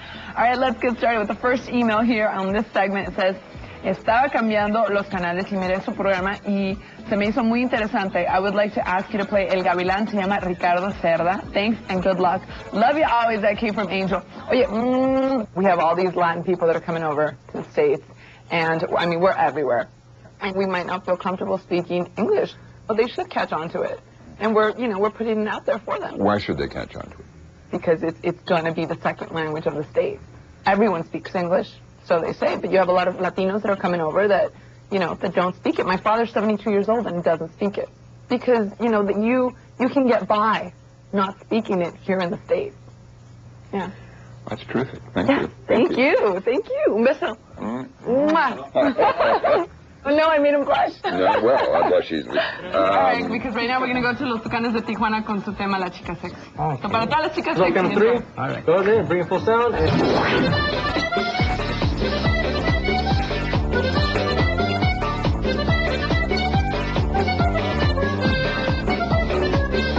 Y la chica se mueve sexy, y la chica se mueve rico. Esta chica se mueve suave, esta chica me para el ritmo. Y la chica se mueve sexy, y la chica se mueve rico. Esta chica se mueve suave, esta chica me sube el ritmo. 2 minutes.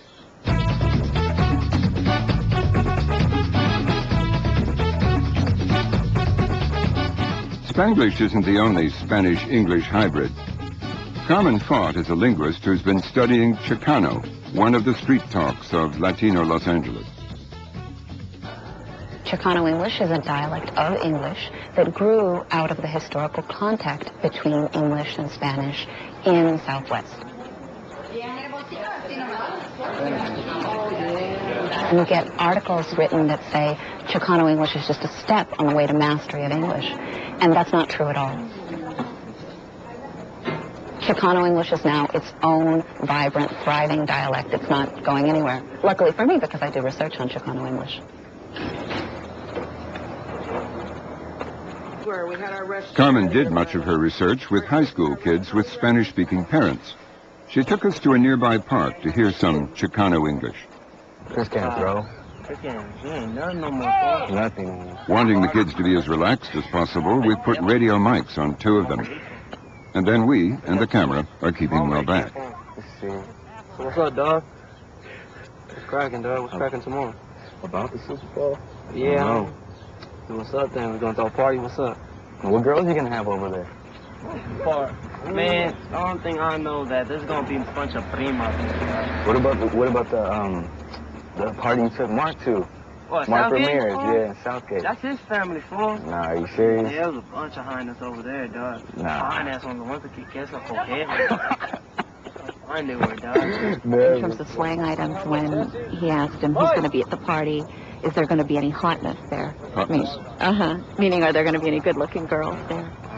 I'm tired of talking to you, though. I'm tired of talking to you, fool. It's been a while, though. Also, the pitch, the intonation, you'll hear some of the syllables drawn out.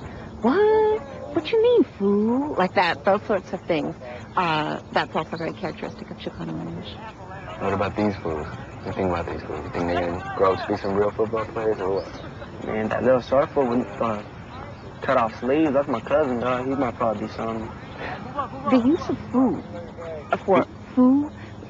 for fool as a term like man or guy, that's very common among kids who speak Chicano English of this age group. In fact, occasionally when I was doing field work and I was interviewing kids who spoke Chicano English, they would actually call me fool, you know, just kind of slipping it in there the same way we might use man or guy. Yeah. Keisha, dog.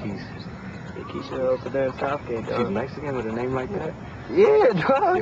She speaks Spanish, too? Nah, she don't even speak no Spanish. And they throw in the occasional word in Spanish? Or? Yes, and in fact, what's interesting is that many people believe that Chicano English is a Spanish accent, someone whose first language is Spanish and doesn't speak English well yet.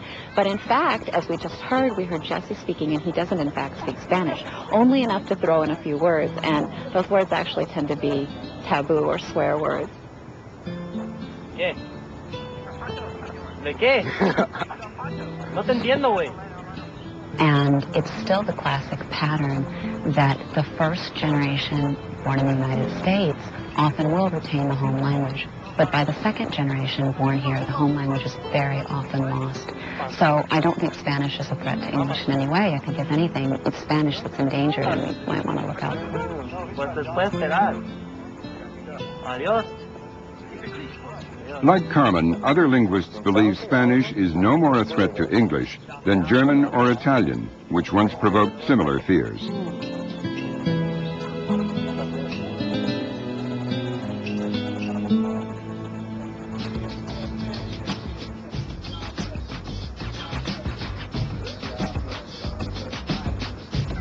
Before the hour, I am Shirley Strawberry, right here on the Steve Harvey Morning Show. Morning drive time in L.A. Early in 2003, Hispanic Americans passed African Americans to become the biggest minority. We are a shake your booty radio station. But with young Hispanics moving into English, will Spanish ever have the impact of African American English? You won't believe this one, but guess what? It's another Common song. This is my man. This is from Electric Circle. Spread through rap, hip-hop, soul, and DJs like Steve Harvey, the black English influence on mainstream American is profound. Right, here we go. Do you speak American? I speak good enough American. You know, I think there's variations of speaking American. Sure. I don't think there's any one set way because America is so diverse. So I don't think that there's a certain way to speak American. You know, man, Upward America is not my audience. My audience is mostly grassroots people. And I sound mostly like they uncle. So, see the work I said? I sound mostly like they uncle. And I was cool with that. That sounds good to me. Isn't. You know, isn't is not in my vocabulary. The word is ain't. Isn't requires my mouth to stretch in a way that it don't stretch. Isn't. And then I leave it out there too long, I look really stupid when, you know, he isn't telling the truth. I actually almost black out when I say that. But what do you say to those people, like some of the people in the school system in L.A., who say that African-American kids need to learn standard English in order to get on in the world? Well, you know, you do have to be bilingual in this country. And that means you can be very, very adept at slang, but you have to be adept at getting through a job interview. The LA school system knows its minority students will need to be, in effect, bilingual. PS 100 in Watts is one of 60 schools using an experimental program called Academic English Mastery. I need all groups to pay attention. Cloyd, I need your focus now. And Gerardo. Daniel Russell uses a game of Jeopardy to teach his grade 5 class how to translate their home language into mainstream American. Okay, here we go. My grandpa cooked dinner every night. Third person singular, cook. My grandpa cooks dinner every night. Which linguistic feature is not in mainstream American English? Third person singular. Yes. And Marisol, how do you code switch this into mainstream American English? My grandpa cooks dinner every night. You just got 500 more points. He's funny. He is funny. Okay, Ariel Barón, what's the answer? He is funny. He is funny? Excellent translation. Here we go. We don't have nothing to do. Okay, quiet please. We don't have nothing to do. Oh, I'm sorry. That is not, oh wait, that is not an accurate translation in mainstream American English. So you're at minus 400. So let me roll. Let's see which team will have an opportunity to get it. I might roll you guys again. 1. Anything. We don't have anything to do. Excellent translation. I think perhaps the biggest misunderstanding is the idea that we are somehow teaching African American language, teaching Ebonics, if you will. We don't need to teach African American language. Because they come speaking They already know it. Yeah. Our task is to help move them towards mastery of the language of school in its oral and written form, but to do that in a way where they are not devalued or where they feel denigrated in any way by virtue of their cultural and linguistic differences. Because when you begin to devalue youngsters and make them feel that who they are doesn't count, then we turn them off from education. Last night, we baked cookies.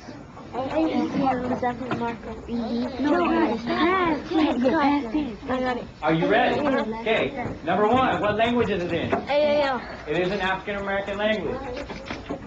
Number 2, what linguistic feature is in AAL? Past tense marker ED. Past tense marker ED, that's 2. And how do you code switch it into mainstream American English? Last night we baked cookies. You got 500 more points. Is it too easy or I just taught you well this year?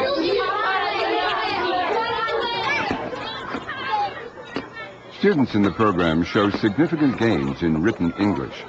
Those behind it believe that unless more teachers treat home language as sympathetically, they'll condemn more generations to school failure. Language remains a formidable frontier in the legacy of slavery.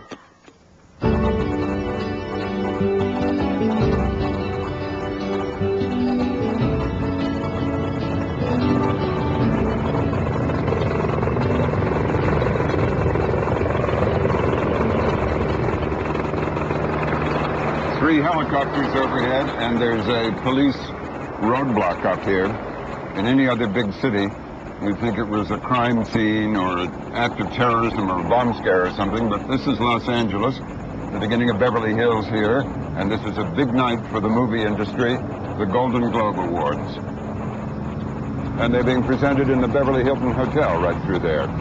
Gentlemen, please welcome last year's Best Actress winner, Nicole Kidman. Movies, TV, and the music industry help to spread new language. And the nominees for Best Actor, Adrian Brody, the pianist. And because the stars live in Hollywood and Hollywood's in California, California English gets an extra boost. The next morning, I'm in Beverly Hills to meet the movie writer and director, Amy Heckerling. Though she herself comes from the Bronx, she puts a lot of California slang into her scripts.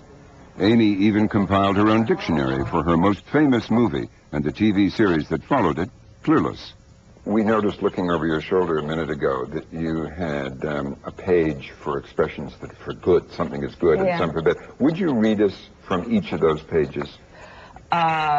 Swiss flavor butter, Coolio smooth, super, money, nails, tits, as in it's the tits, fion, like fine, broken up into a bunch of syllables, kickin', juice, keen, funky, monster, proper, rad, noble, wicked, tubular, trippy, stoked, rules, rock, stellar, tasty, sweet. How about bad? Page for bad. This could go on forever. Random, heinous, cheesy, blows, bites, bogus, bunk, brick, bum, bum deal, bunk, busted, bug, chicken, dreaded, drip, wreck, shit, clueless, sucks, a classic. And whenever young actors came in, I would always say, what do you say for good, for bad?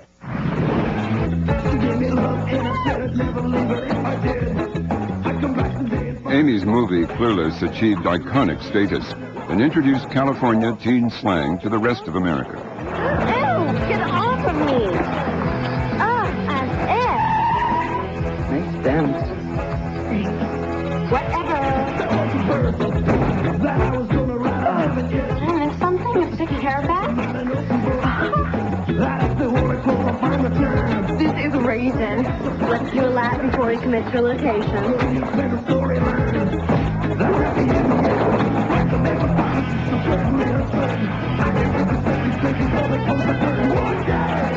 Hello. Survey set? I thought it reeked. I believe that was your designer imposter perfume. Clueless satirizes California mores and teen talk. Winnie Holtzman aimed for naturalism in the cult TV series My So-Called Life, in which she chronicled teenage angst. She often writes in this coffee shop. A lot of the waitresses would be around 17, 18, and I would hear them discussing certain things that I just would write right down. Yeah, I'd like a Diet Pepsi. I'll have a nice tea, please. Okay, great. Thank you. You said you were trying to put yourself inside the head of teenagers, one of which you used to be. Well, I think it just, you know, it's like I said, it's a biological time. I mean, biologically, everything in you is telling you to move on, to move away, to grow up, and to leave behind the things of childhood. Tell us your thoughts about why they create their own language, teenagers. I think it's perfectly natural. At that point, you know, your peer group becomes incredibly important to you. Your little tribe of friends becomes your new family. And you need to have, everything symbolizes that. Everything, the clothes you wear, the way you speak. And I think people, I mean, language is, there's almost nothing more personal than how you express yourself.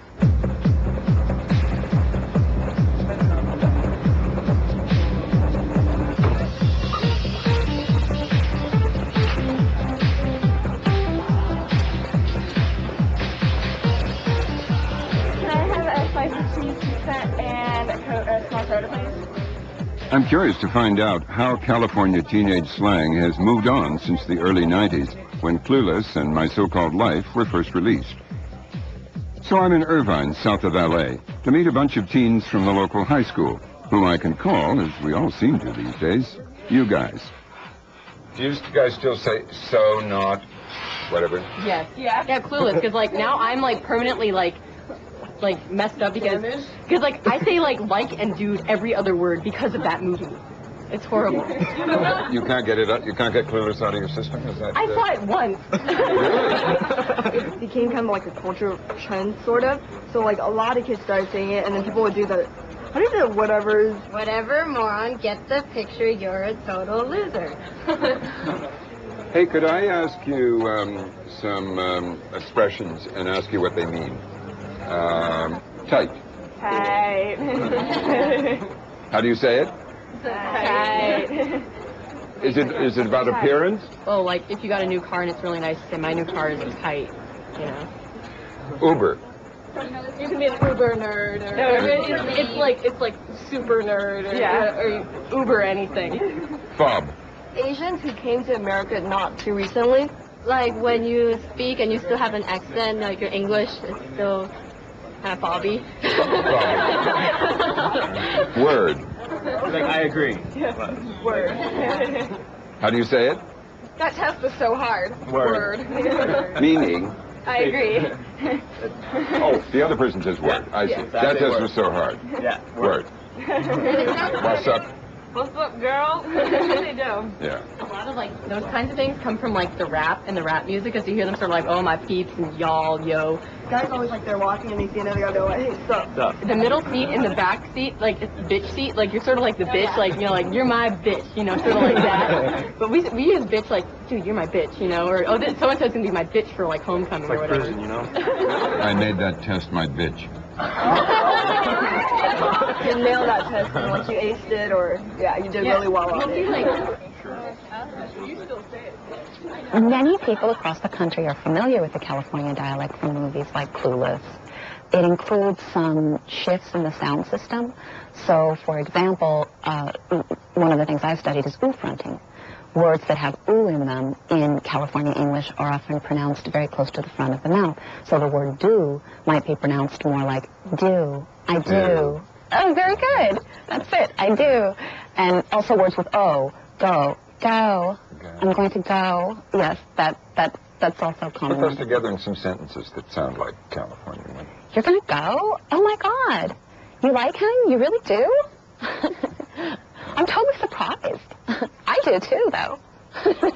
And is that growing, or is that just a passing thing that we recognized as Valley Girl or whatever it was called 20 years ago? Oh, no. I can hear these features in radio announcers now, my age or older, on TV. It's definitely, the California dialect is here to stay. It's not just a passing fad. What are some of your favorite examples of that? Of California? Of California, yeah. I like I'm all. I think that's a very good one, to be all something as a quotative, introducing quoted speech.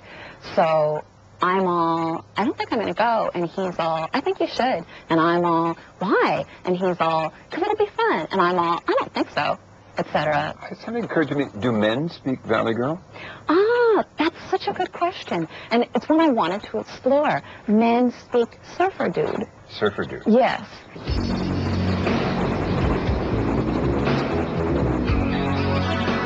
Dude, that was gnarly. That peak just jacked up so quick, there was no way, man. I got thrown with that lip. Couldn't even get to my feet. Surfer dudes and surfing slang have had a seminal effect on California speech.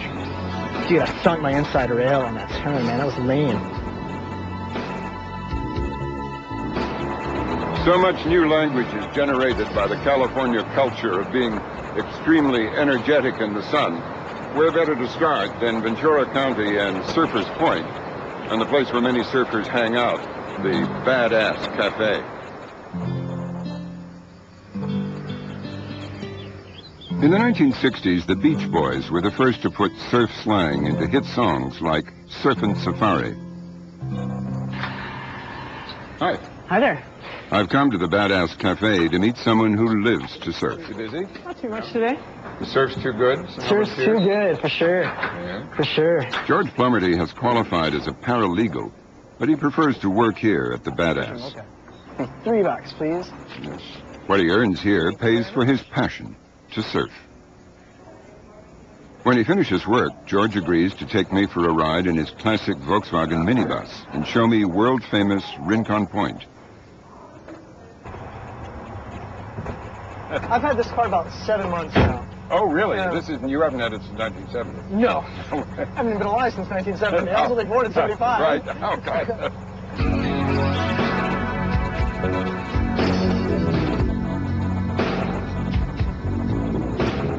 California speech seems to be having a growing influence on mainstream Americans.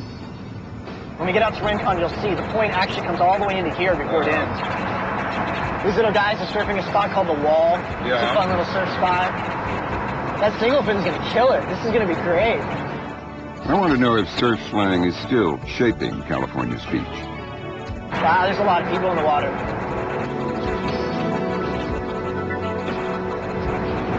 Look at that great wave that guy is still going on. He's gonna set up a loop arrow on the inside. 20 years ago, for our TV series, The Story of English, we filmed a rock band called the Surf Punks. Straight drops on both sides. Super gnarly. I started by showing George a clip from our old film. I think it'll interest you. So, Mark, what did you do today? Well, you know, like, I got this new stick and I was like, you know, like, cranking on some radical tube. Oh, yeah, sure. How big was it? It was, like, radically overhead, man. I'll give it up. This is take two. Life's a beach. That's great. So check it out, dude. You know, like I was cruising the beach yesterday. And, you know, the waves, they were totally cranking. I mean, it was really hot. These certain words find their way into the whole language, and some of it's pretty off the wall. In surfing, when the wave curls over, and that's like the tube or the pocket. So if you're in the tube, you're taking the highest risk, and you're very rad. I saw this chick, and she had a totally tight bod, and she was totally buff, and that means that she is in shape, and she's clean, and she's looking good. Well, some guys wearing some rad outfit just go, wow, man, that's rad. That's pretty gnarly. I mean, Cooking. look at this. We all got the same watches. It's totally rad. Way rad. Way rad. Fully rad. So is that stuff still current? Yeah, I think it is. I think it is. Those words are all used and definitely, like, find their way into vernacular speech. You know, you hear everyone describing things as rad, or, you know, or as people being, like hot or truly radical. A lot of those phrases that came out in the early 80s got co-opted. You know, they got taken over by, like, some corporate people that used them to schlag T-shirts to the max. That's a wonderful example of something that was taken by Pepsi in the 80s, you know, and just hoard until it's not usable. What are some of the new expressions? Full on. Full on's a great example. Off the wall, he uses that. That's another phrase you hear a lot, you know? Or right on, or fully, or like... Fat? That was fat, like a fat air. That's fat, like with a PH. Oh, fat. And fat air means going like off really, the wave in the air. Exactly, and being really high. Surfers themselves have just moved into the mainstream of the culture, and that's why their expressions are headed in that direction. You know, we have, like, a lot of people that are professionals that go out and surf in the morning, you know, get as crazy as they can and really push themselves to their limits, and then, you know, take a shower and go to the law office. And they're going to carry over that language with them, you know, and a great example of that would be like the phrase caught inside. You know, you hear that all over the place in describing any situation where you suddenly have to try and deal with a whole lot of stuff coming at you at the same moment. It seems that surf slang remains as vigorous and inventive as ever.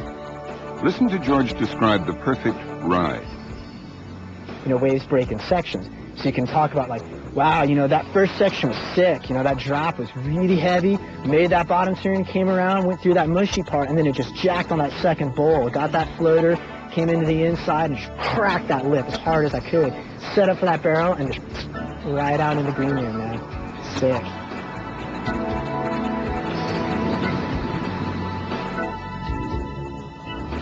But, yeah, that's very interesting. Have you done any writing on the language, Charles? No, not really.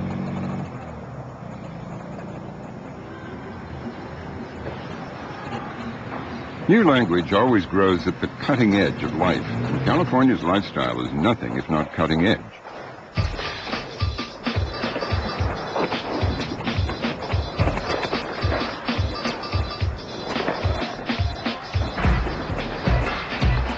We use a lot of terms that help describe skateboarding. Goofy foot, regular foot, switch, going fakie. Rippers, you know, ripping, are just adjectives to describe kids or skaters that are just ripping, tearing it up, out there on the course and just having a good time and ripping. When you get into a park and there's a lot of guys skating and everyone's hyping each other on and everyone's trying to outdo each other, you know, that's the time to just really go out and you know, blast the biggest airs you can and do the longest grinds you can and just perform as best you can. Steve Badillo's slang is so far out from me that he needs to translate almost every other word. In skateboarding, one little false move, one little thing off, and you're slamming. You're taking a fall. But I like blasting airs for sure. And that's what you were doing over the doorway here? Sure, that was a frontside air over the gap. Coping is basically the steel pipe or plastic PVC that's on the tops of the lip of the ramps. We call it coping. That's what you grind on? That's what you grind on and do lip tricks on, is on the coping. Street skating, vert skating, pool skating, and downhill bombing, which, you know, most skaters love. Just the basic, natural form of just going down a hill and going as fast as you can and carving it up and having fun with it.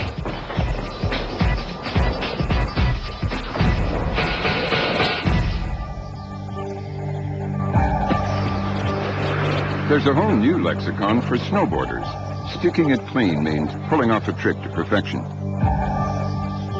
If you can repeat the trick again and again, you've got it dialed in.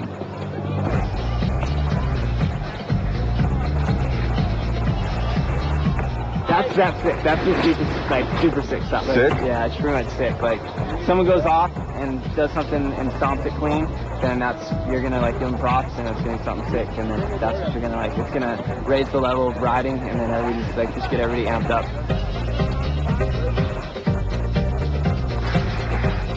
Jake Goff's snowboard lingo isn't the only thing that fascinates me about his speech.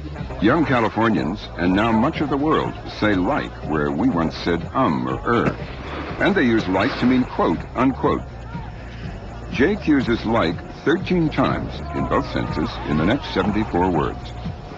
What I say, like, sometimes people just don't understand it. Like, my terminology for certain things, which is like for my clique, my group, like my friends, like, nobody else understands it. So if I go someplace else, like someplace new, they're like, they don't know it. So like, and they're like, what are you talking about?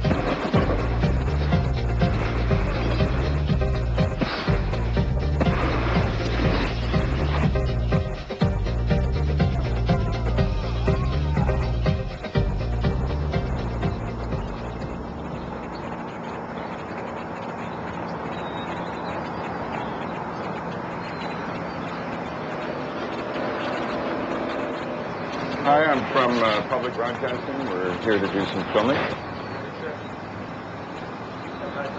Wars and armies have always added words to our language.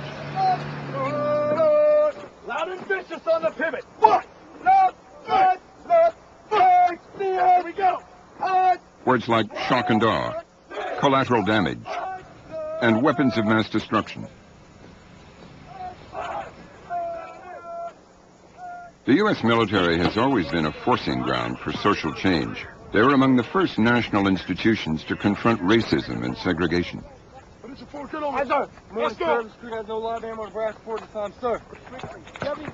Now they're on the front line of the war on sexism. The Marine Corps drills this into its new recruits. There's a green zone, a yellow zone, and a red zone. The green zone would be just a normal interaction between male and female.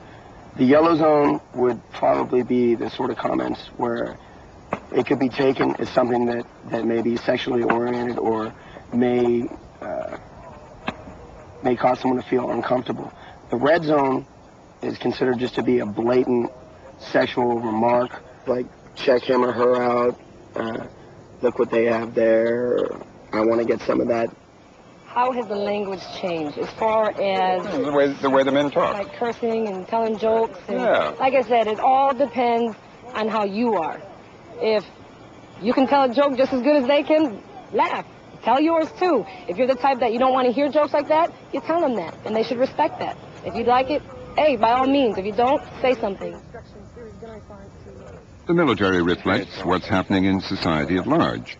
The triumph of political correctness, or euphemism perhaps. But in language these days, Americans seem reluctant to give offense to anyone. What is the Marine Corps policy on gays in the Marines?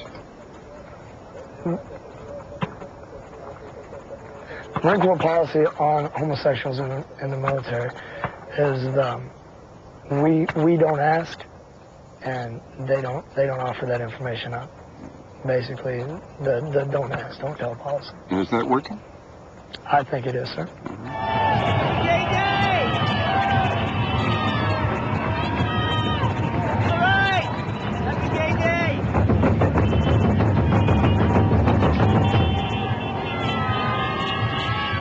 Gay Pride Day in San Francisco. Tom Amiano, a gay comedian in the 1980s, ran for mayor in 2003. Today, many of the words Tom uses to describe the march, queen, queer, fag, dyke, would once have been seen as offensive, homophobic. But today, these women delight in calling themselves dykes on bikes. Dykes on bikes is always a thrill.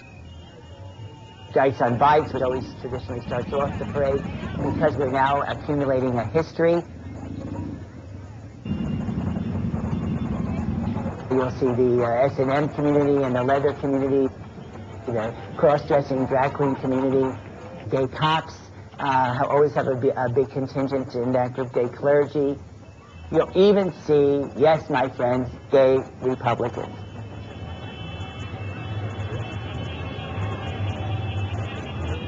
I used to do a joke about them, about their cheer being, we're here, we're queer, we're sorry.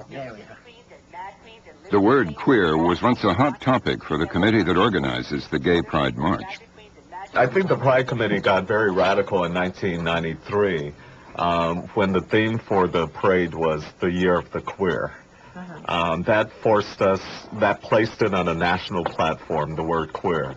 Calvin, is it analogous to some blacks calling themselves nigger nowadays, but being very offended if a white person? That's exactly what it is. And how do you describe that movement of the word? Why is it evolved like that? I believe it's because people feel disempowered, and this is one way to empower themselves. If we can use the word queer so many times that it just becomes a normal word in our language without any consequence, then I think we see ourselves as being more empowered. So it sort of proves the point that you can change the meaning of words. Thank you! We're here, we're proud, we're not hiding, and we want to take away any of the prejudices and want to say to you, I'm not going to hide it so that you can continue to persecute us.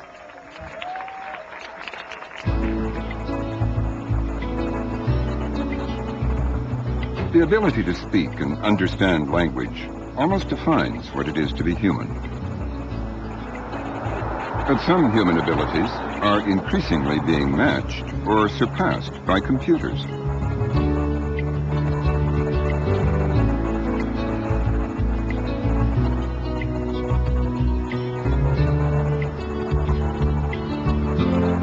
Today, in fact, the cutting edge of research in Silicon Valley involves teaching computers to speak to us and understand us, and thus be easier to use.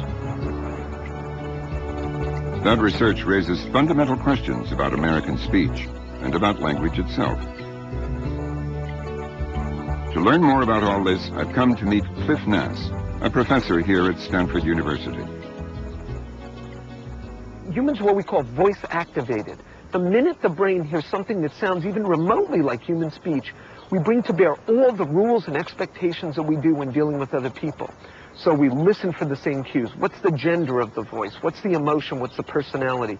How should I speak back? What are my expectations and understanding? And we basically can't help it. And so what sort of things do they do? Well, they respond with politeness and a whole range of other responses. So it isn't such a bad joke that Canadians say thank you to the automatic teller machine. No, in fact, it's highly natural, and it's probably much harder to avoid saying it than to say it. Voice-activated technology has enormous commercial possibilities. The German automaker BMW hired Cliff Nass to research the right voice for its latest luxury sedan. A BMW salesman let me test drive the vehicle and the voice Cliff chose for it. Navigation menu. You have selected the following entry. It talks to you. I mean, telephone. Pardon me? Telephone. Telephone menu. You see, then it keeps asking. No, it didn't like what I said, so it turned it off. So one of the things, the first consideration in choosing a voice is should it be male or female. In fact, in the original German version of the interface, they chose a female voice.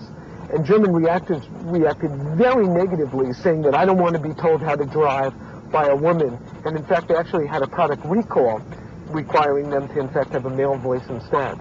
But what about American men? I mean, they're much more amenable to being told by women how to drive, aren't they? Well, I don't know that they'd want to pay extra for it, though. Do you wish to record another note? No. So, just tell me what your input was in arriving at the voice that the BMW uses. We generated about 25 models, everything from Knight Rider to HAL, the computer in 2001, to the guy who's usually named Buck on the Stagecoach, a sort of wacky older guy who rode shotgun, right, to a best friend, to a golfing buddy, etc. And went through all those and said, which one would best fit the positioning of the BMW automobile? We then went through and listened to hundreds and thousands of voices to come up with those that sounded like a co-pilot. Male, slightly younger than the average age of the driver so they wouldn't feel threatened. A masculine voice but not overly masculine. Speaks relatively slowly so that it doesn't feel like he's trying to take control. And from that we then cast the voice, selected the voice. Have they developed sort of voice personalities for other cars? Voice technology will appear in all cars. And then we're going to start seeing a much broader range of voices. So, for example, we can imagine for a Volkswagen Beetle, it would be a very present, rich personality, almost certainly female because of the nature of the curviness of the car, and a great deal of enthusiasm and energy and, not too flighty because, after all, it is a car. Are other products than cars going to have voices and personalities too? Well, there's going to be a spread of voice technologies from the high-end to lower-end things, more and more products having those technologies. And then there are going to be the issues of how do we integrate them all? Do we want a cacophony of voices in our home screaming for attention at various times? And oh my God, you get home after a hard day and 15 things in the house start talking to you? It's not clear that people are going to want to have long conversations with their toasters or refrigerators. We have to design around that problem. The way we react to voices becomes much more complicated when we can also see who's talking. This is Baldy, and what's special about Baldy is he's able to say anything you want him to say with extremely good lip movement that matches what he says. Robin, what would you like him to say something? Okay, what would you like him to say? How about, my name is Baldy. Welcome to the Stanford Lab. I'm going to type that in, and then we'll just have Baldy repeat it. My name is Baldy. Welcome to the Stanford Lab. What about a real human with a synthesized voice? Well, we can show you what that looks like. Windfall is the story of an ordinary man in extraordinary circumstances. Ben Leinberg is a financially challenged English professor with a wife and 2 kids. That mismatch leads people to think that he's less intelligent. They trust the synthetic voice less and trust his face less than if he spoke like, quote, a real person. In experiment after experiment, Cliff Nass has found that this kind of mismatching creates mistrust. Baldy is not trusted when he speaks with a real human voice. Baldy is more trusted and more liked when he speaks with his synthetic voice, because he himself is synthetic. The implications of this research become really serious when mismatching is applied to race and gender. Oh.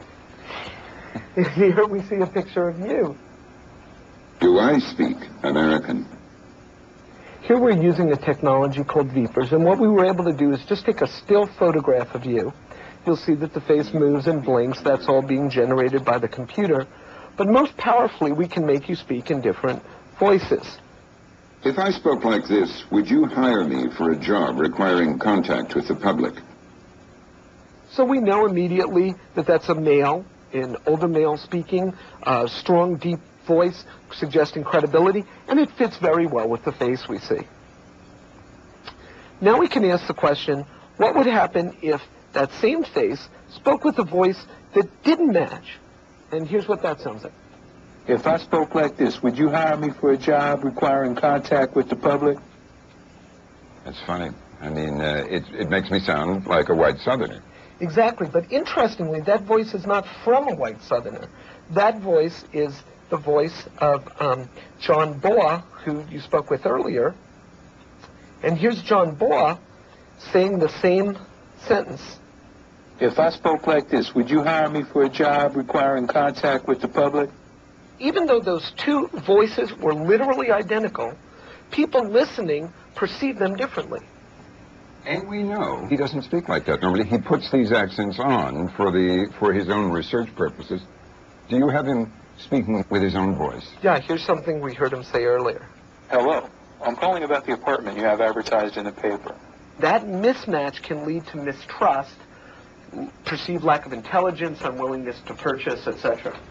You mean somebody seeing a black African-American speaking without an accent they consider appropriate, they mistrust? Exactly. That wouldn't just apply to African Americans. That would apply to any ethnicities. People, when they see a face, they bring to bear stereotypes of how that person should behave, think, and speak. When those stereotypes run counter, people say there's something wrong here, and that mistrust has consequences. As we've seen all across the country, there are stereotypes of the way people perceive some racially associated accents, regional accents, and so on. Is this technology just going to reinforce those stereotypes? Whatever stereotypes people bring to bear when hearing a human speaking in a certain way, they bring those exact same stereotypes to bear when dealing with computers. If the computer has a female voice, it will be perceived as doing stereotypically better in areas that are typically associated with women, for example, discussions of love and relationships, and will be perceived as being a worse teacher of technical subjects like physics. So what will determine whether this use of computers and synthesized voices reinforce those stereotypical perceptions, or is there the potential for erasing them? It's a great question. It has the potential for both. So, for example, let's say we know that this regional accent is stereotyped as being unintelligent. Let's make sure we never use it in any application that would imply a need for intelligence. Then those stereotypes would be strongly reinforced.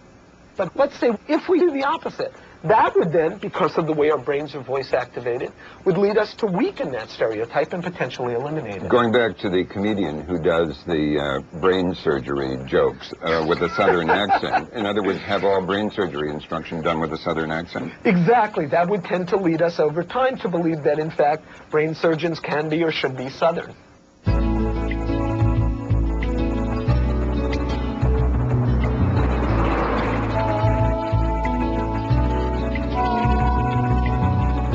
Nine 9036. 9036. Dial. Dial.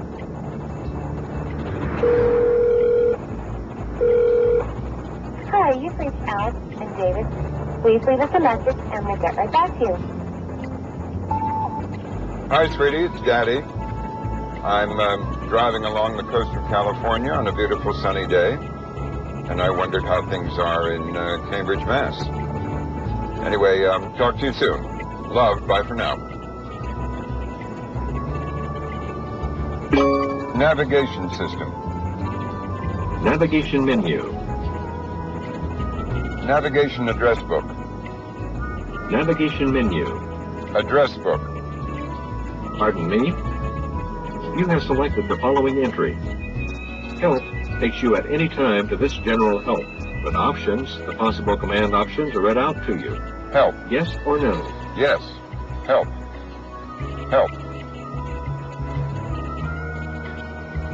Everything in the American experience, each new frontier encountered, geographical, spiritual, technical, has altered our language.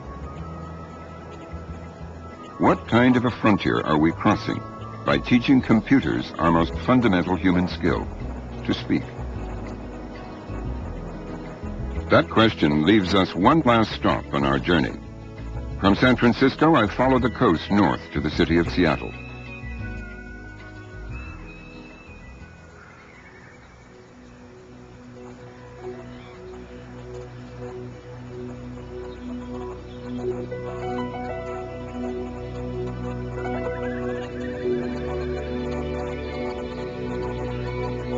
An early start this morning to meet someone who's at the cutting edge of voice-activated computers. But his job at Microsoft keeps him so busy that the only chance we had to talk was on his drive to work.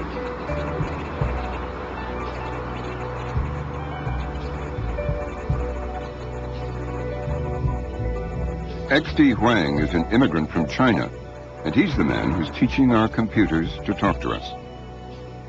We want to bring this benefit to the computer, so people can easily get information from computers. Is technology tending to homogenize language? If you have a strong accent, computer will probably just ask you, I'm sorry, what did you say? If you actually interact with today's computer system, probably you have heard that many times. Should we talk here? Is that okay? Good. Microsoft aims to develop computer programs that will recognize any American dialect. Right now, however, business logic suggests an initial investment in speech that is easiest for computers to understand. I think you told us earlier that if they sounded like CNN, they would be recognized by the computer. If you use standard American English, probably you'll get the work done easier, faster.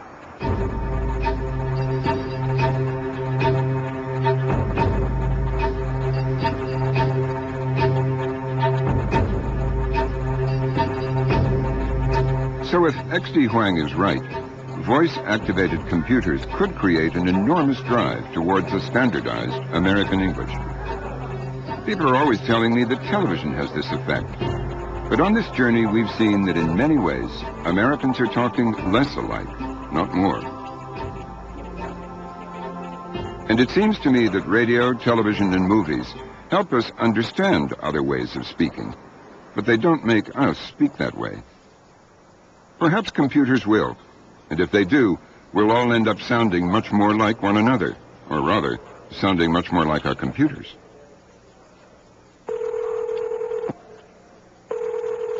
Welcome to United Airlines Flight Information Line.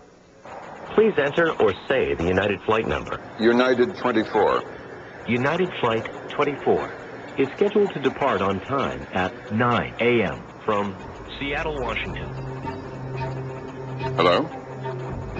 Will we all end up sounding like that? Personally, I don't think so. We just aren't programmed that way. Our rich diversity, the strong pull of local identity, the joys of new jargon and slang are all too much part of who we are, as Americans and as human beings.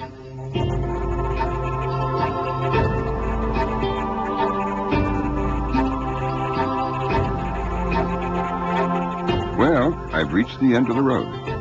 We began our journey on the ferry boat from Nova Scotia. We end heading out from Seattle, heading not into the sunset of our language, as some fear, but a continuous new dawn.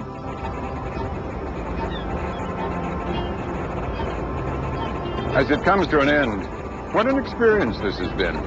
This journey through the American language and the people who speak it, in all their variety and vitality, informality and creativity. How to sum all that up? Certainly no better than Walt Whitman did more than a century ago, when he wrote, "Our language is not an abstract construction of dictionary makers, but has its basis broad and low, close to the ground, truer than ever." And like, how cool is that?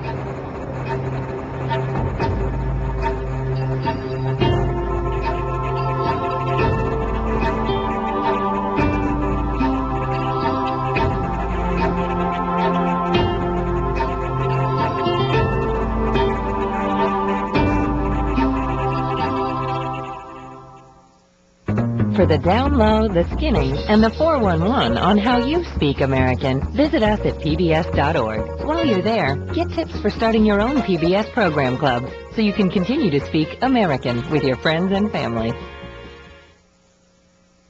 Do You Speak American is available on DVD for $69.95 or VHS for $59.95. A companion book is available for $24.95 plus shipping. To order, call 1-800-336-1917 or write to the address on your screen.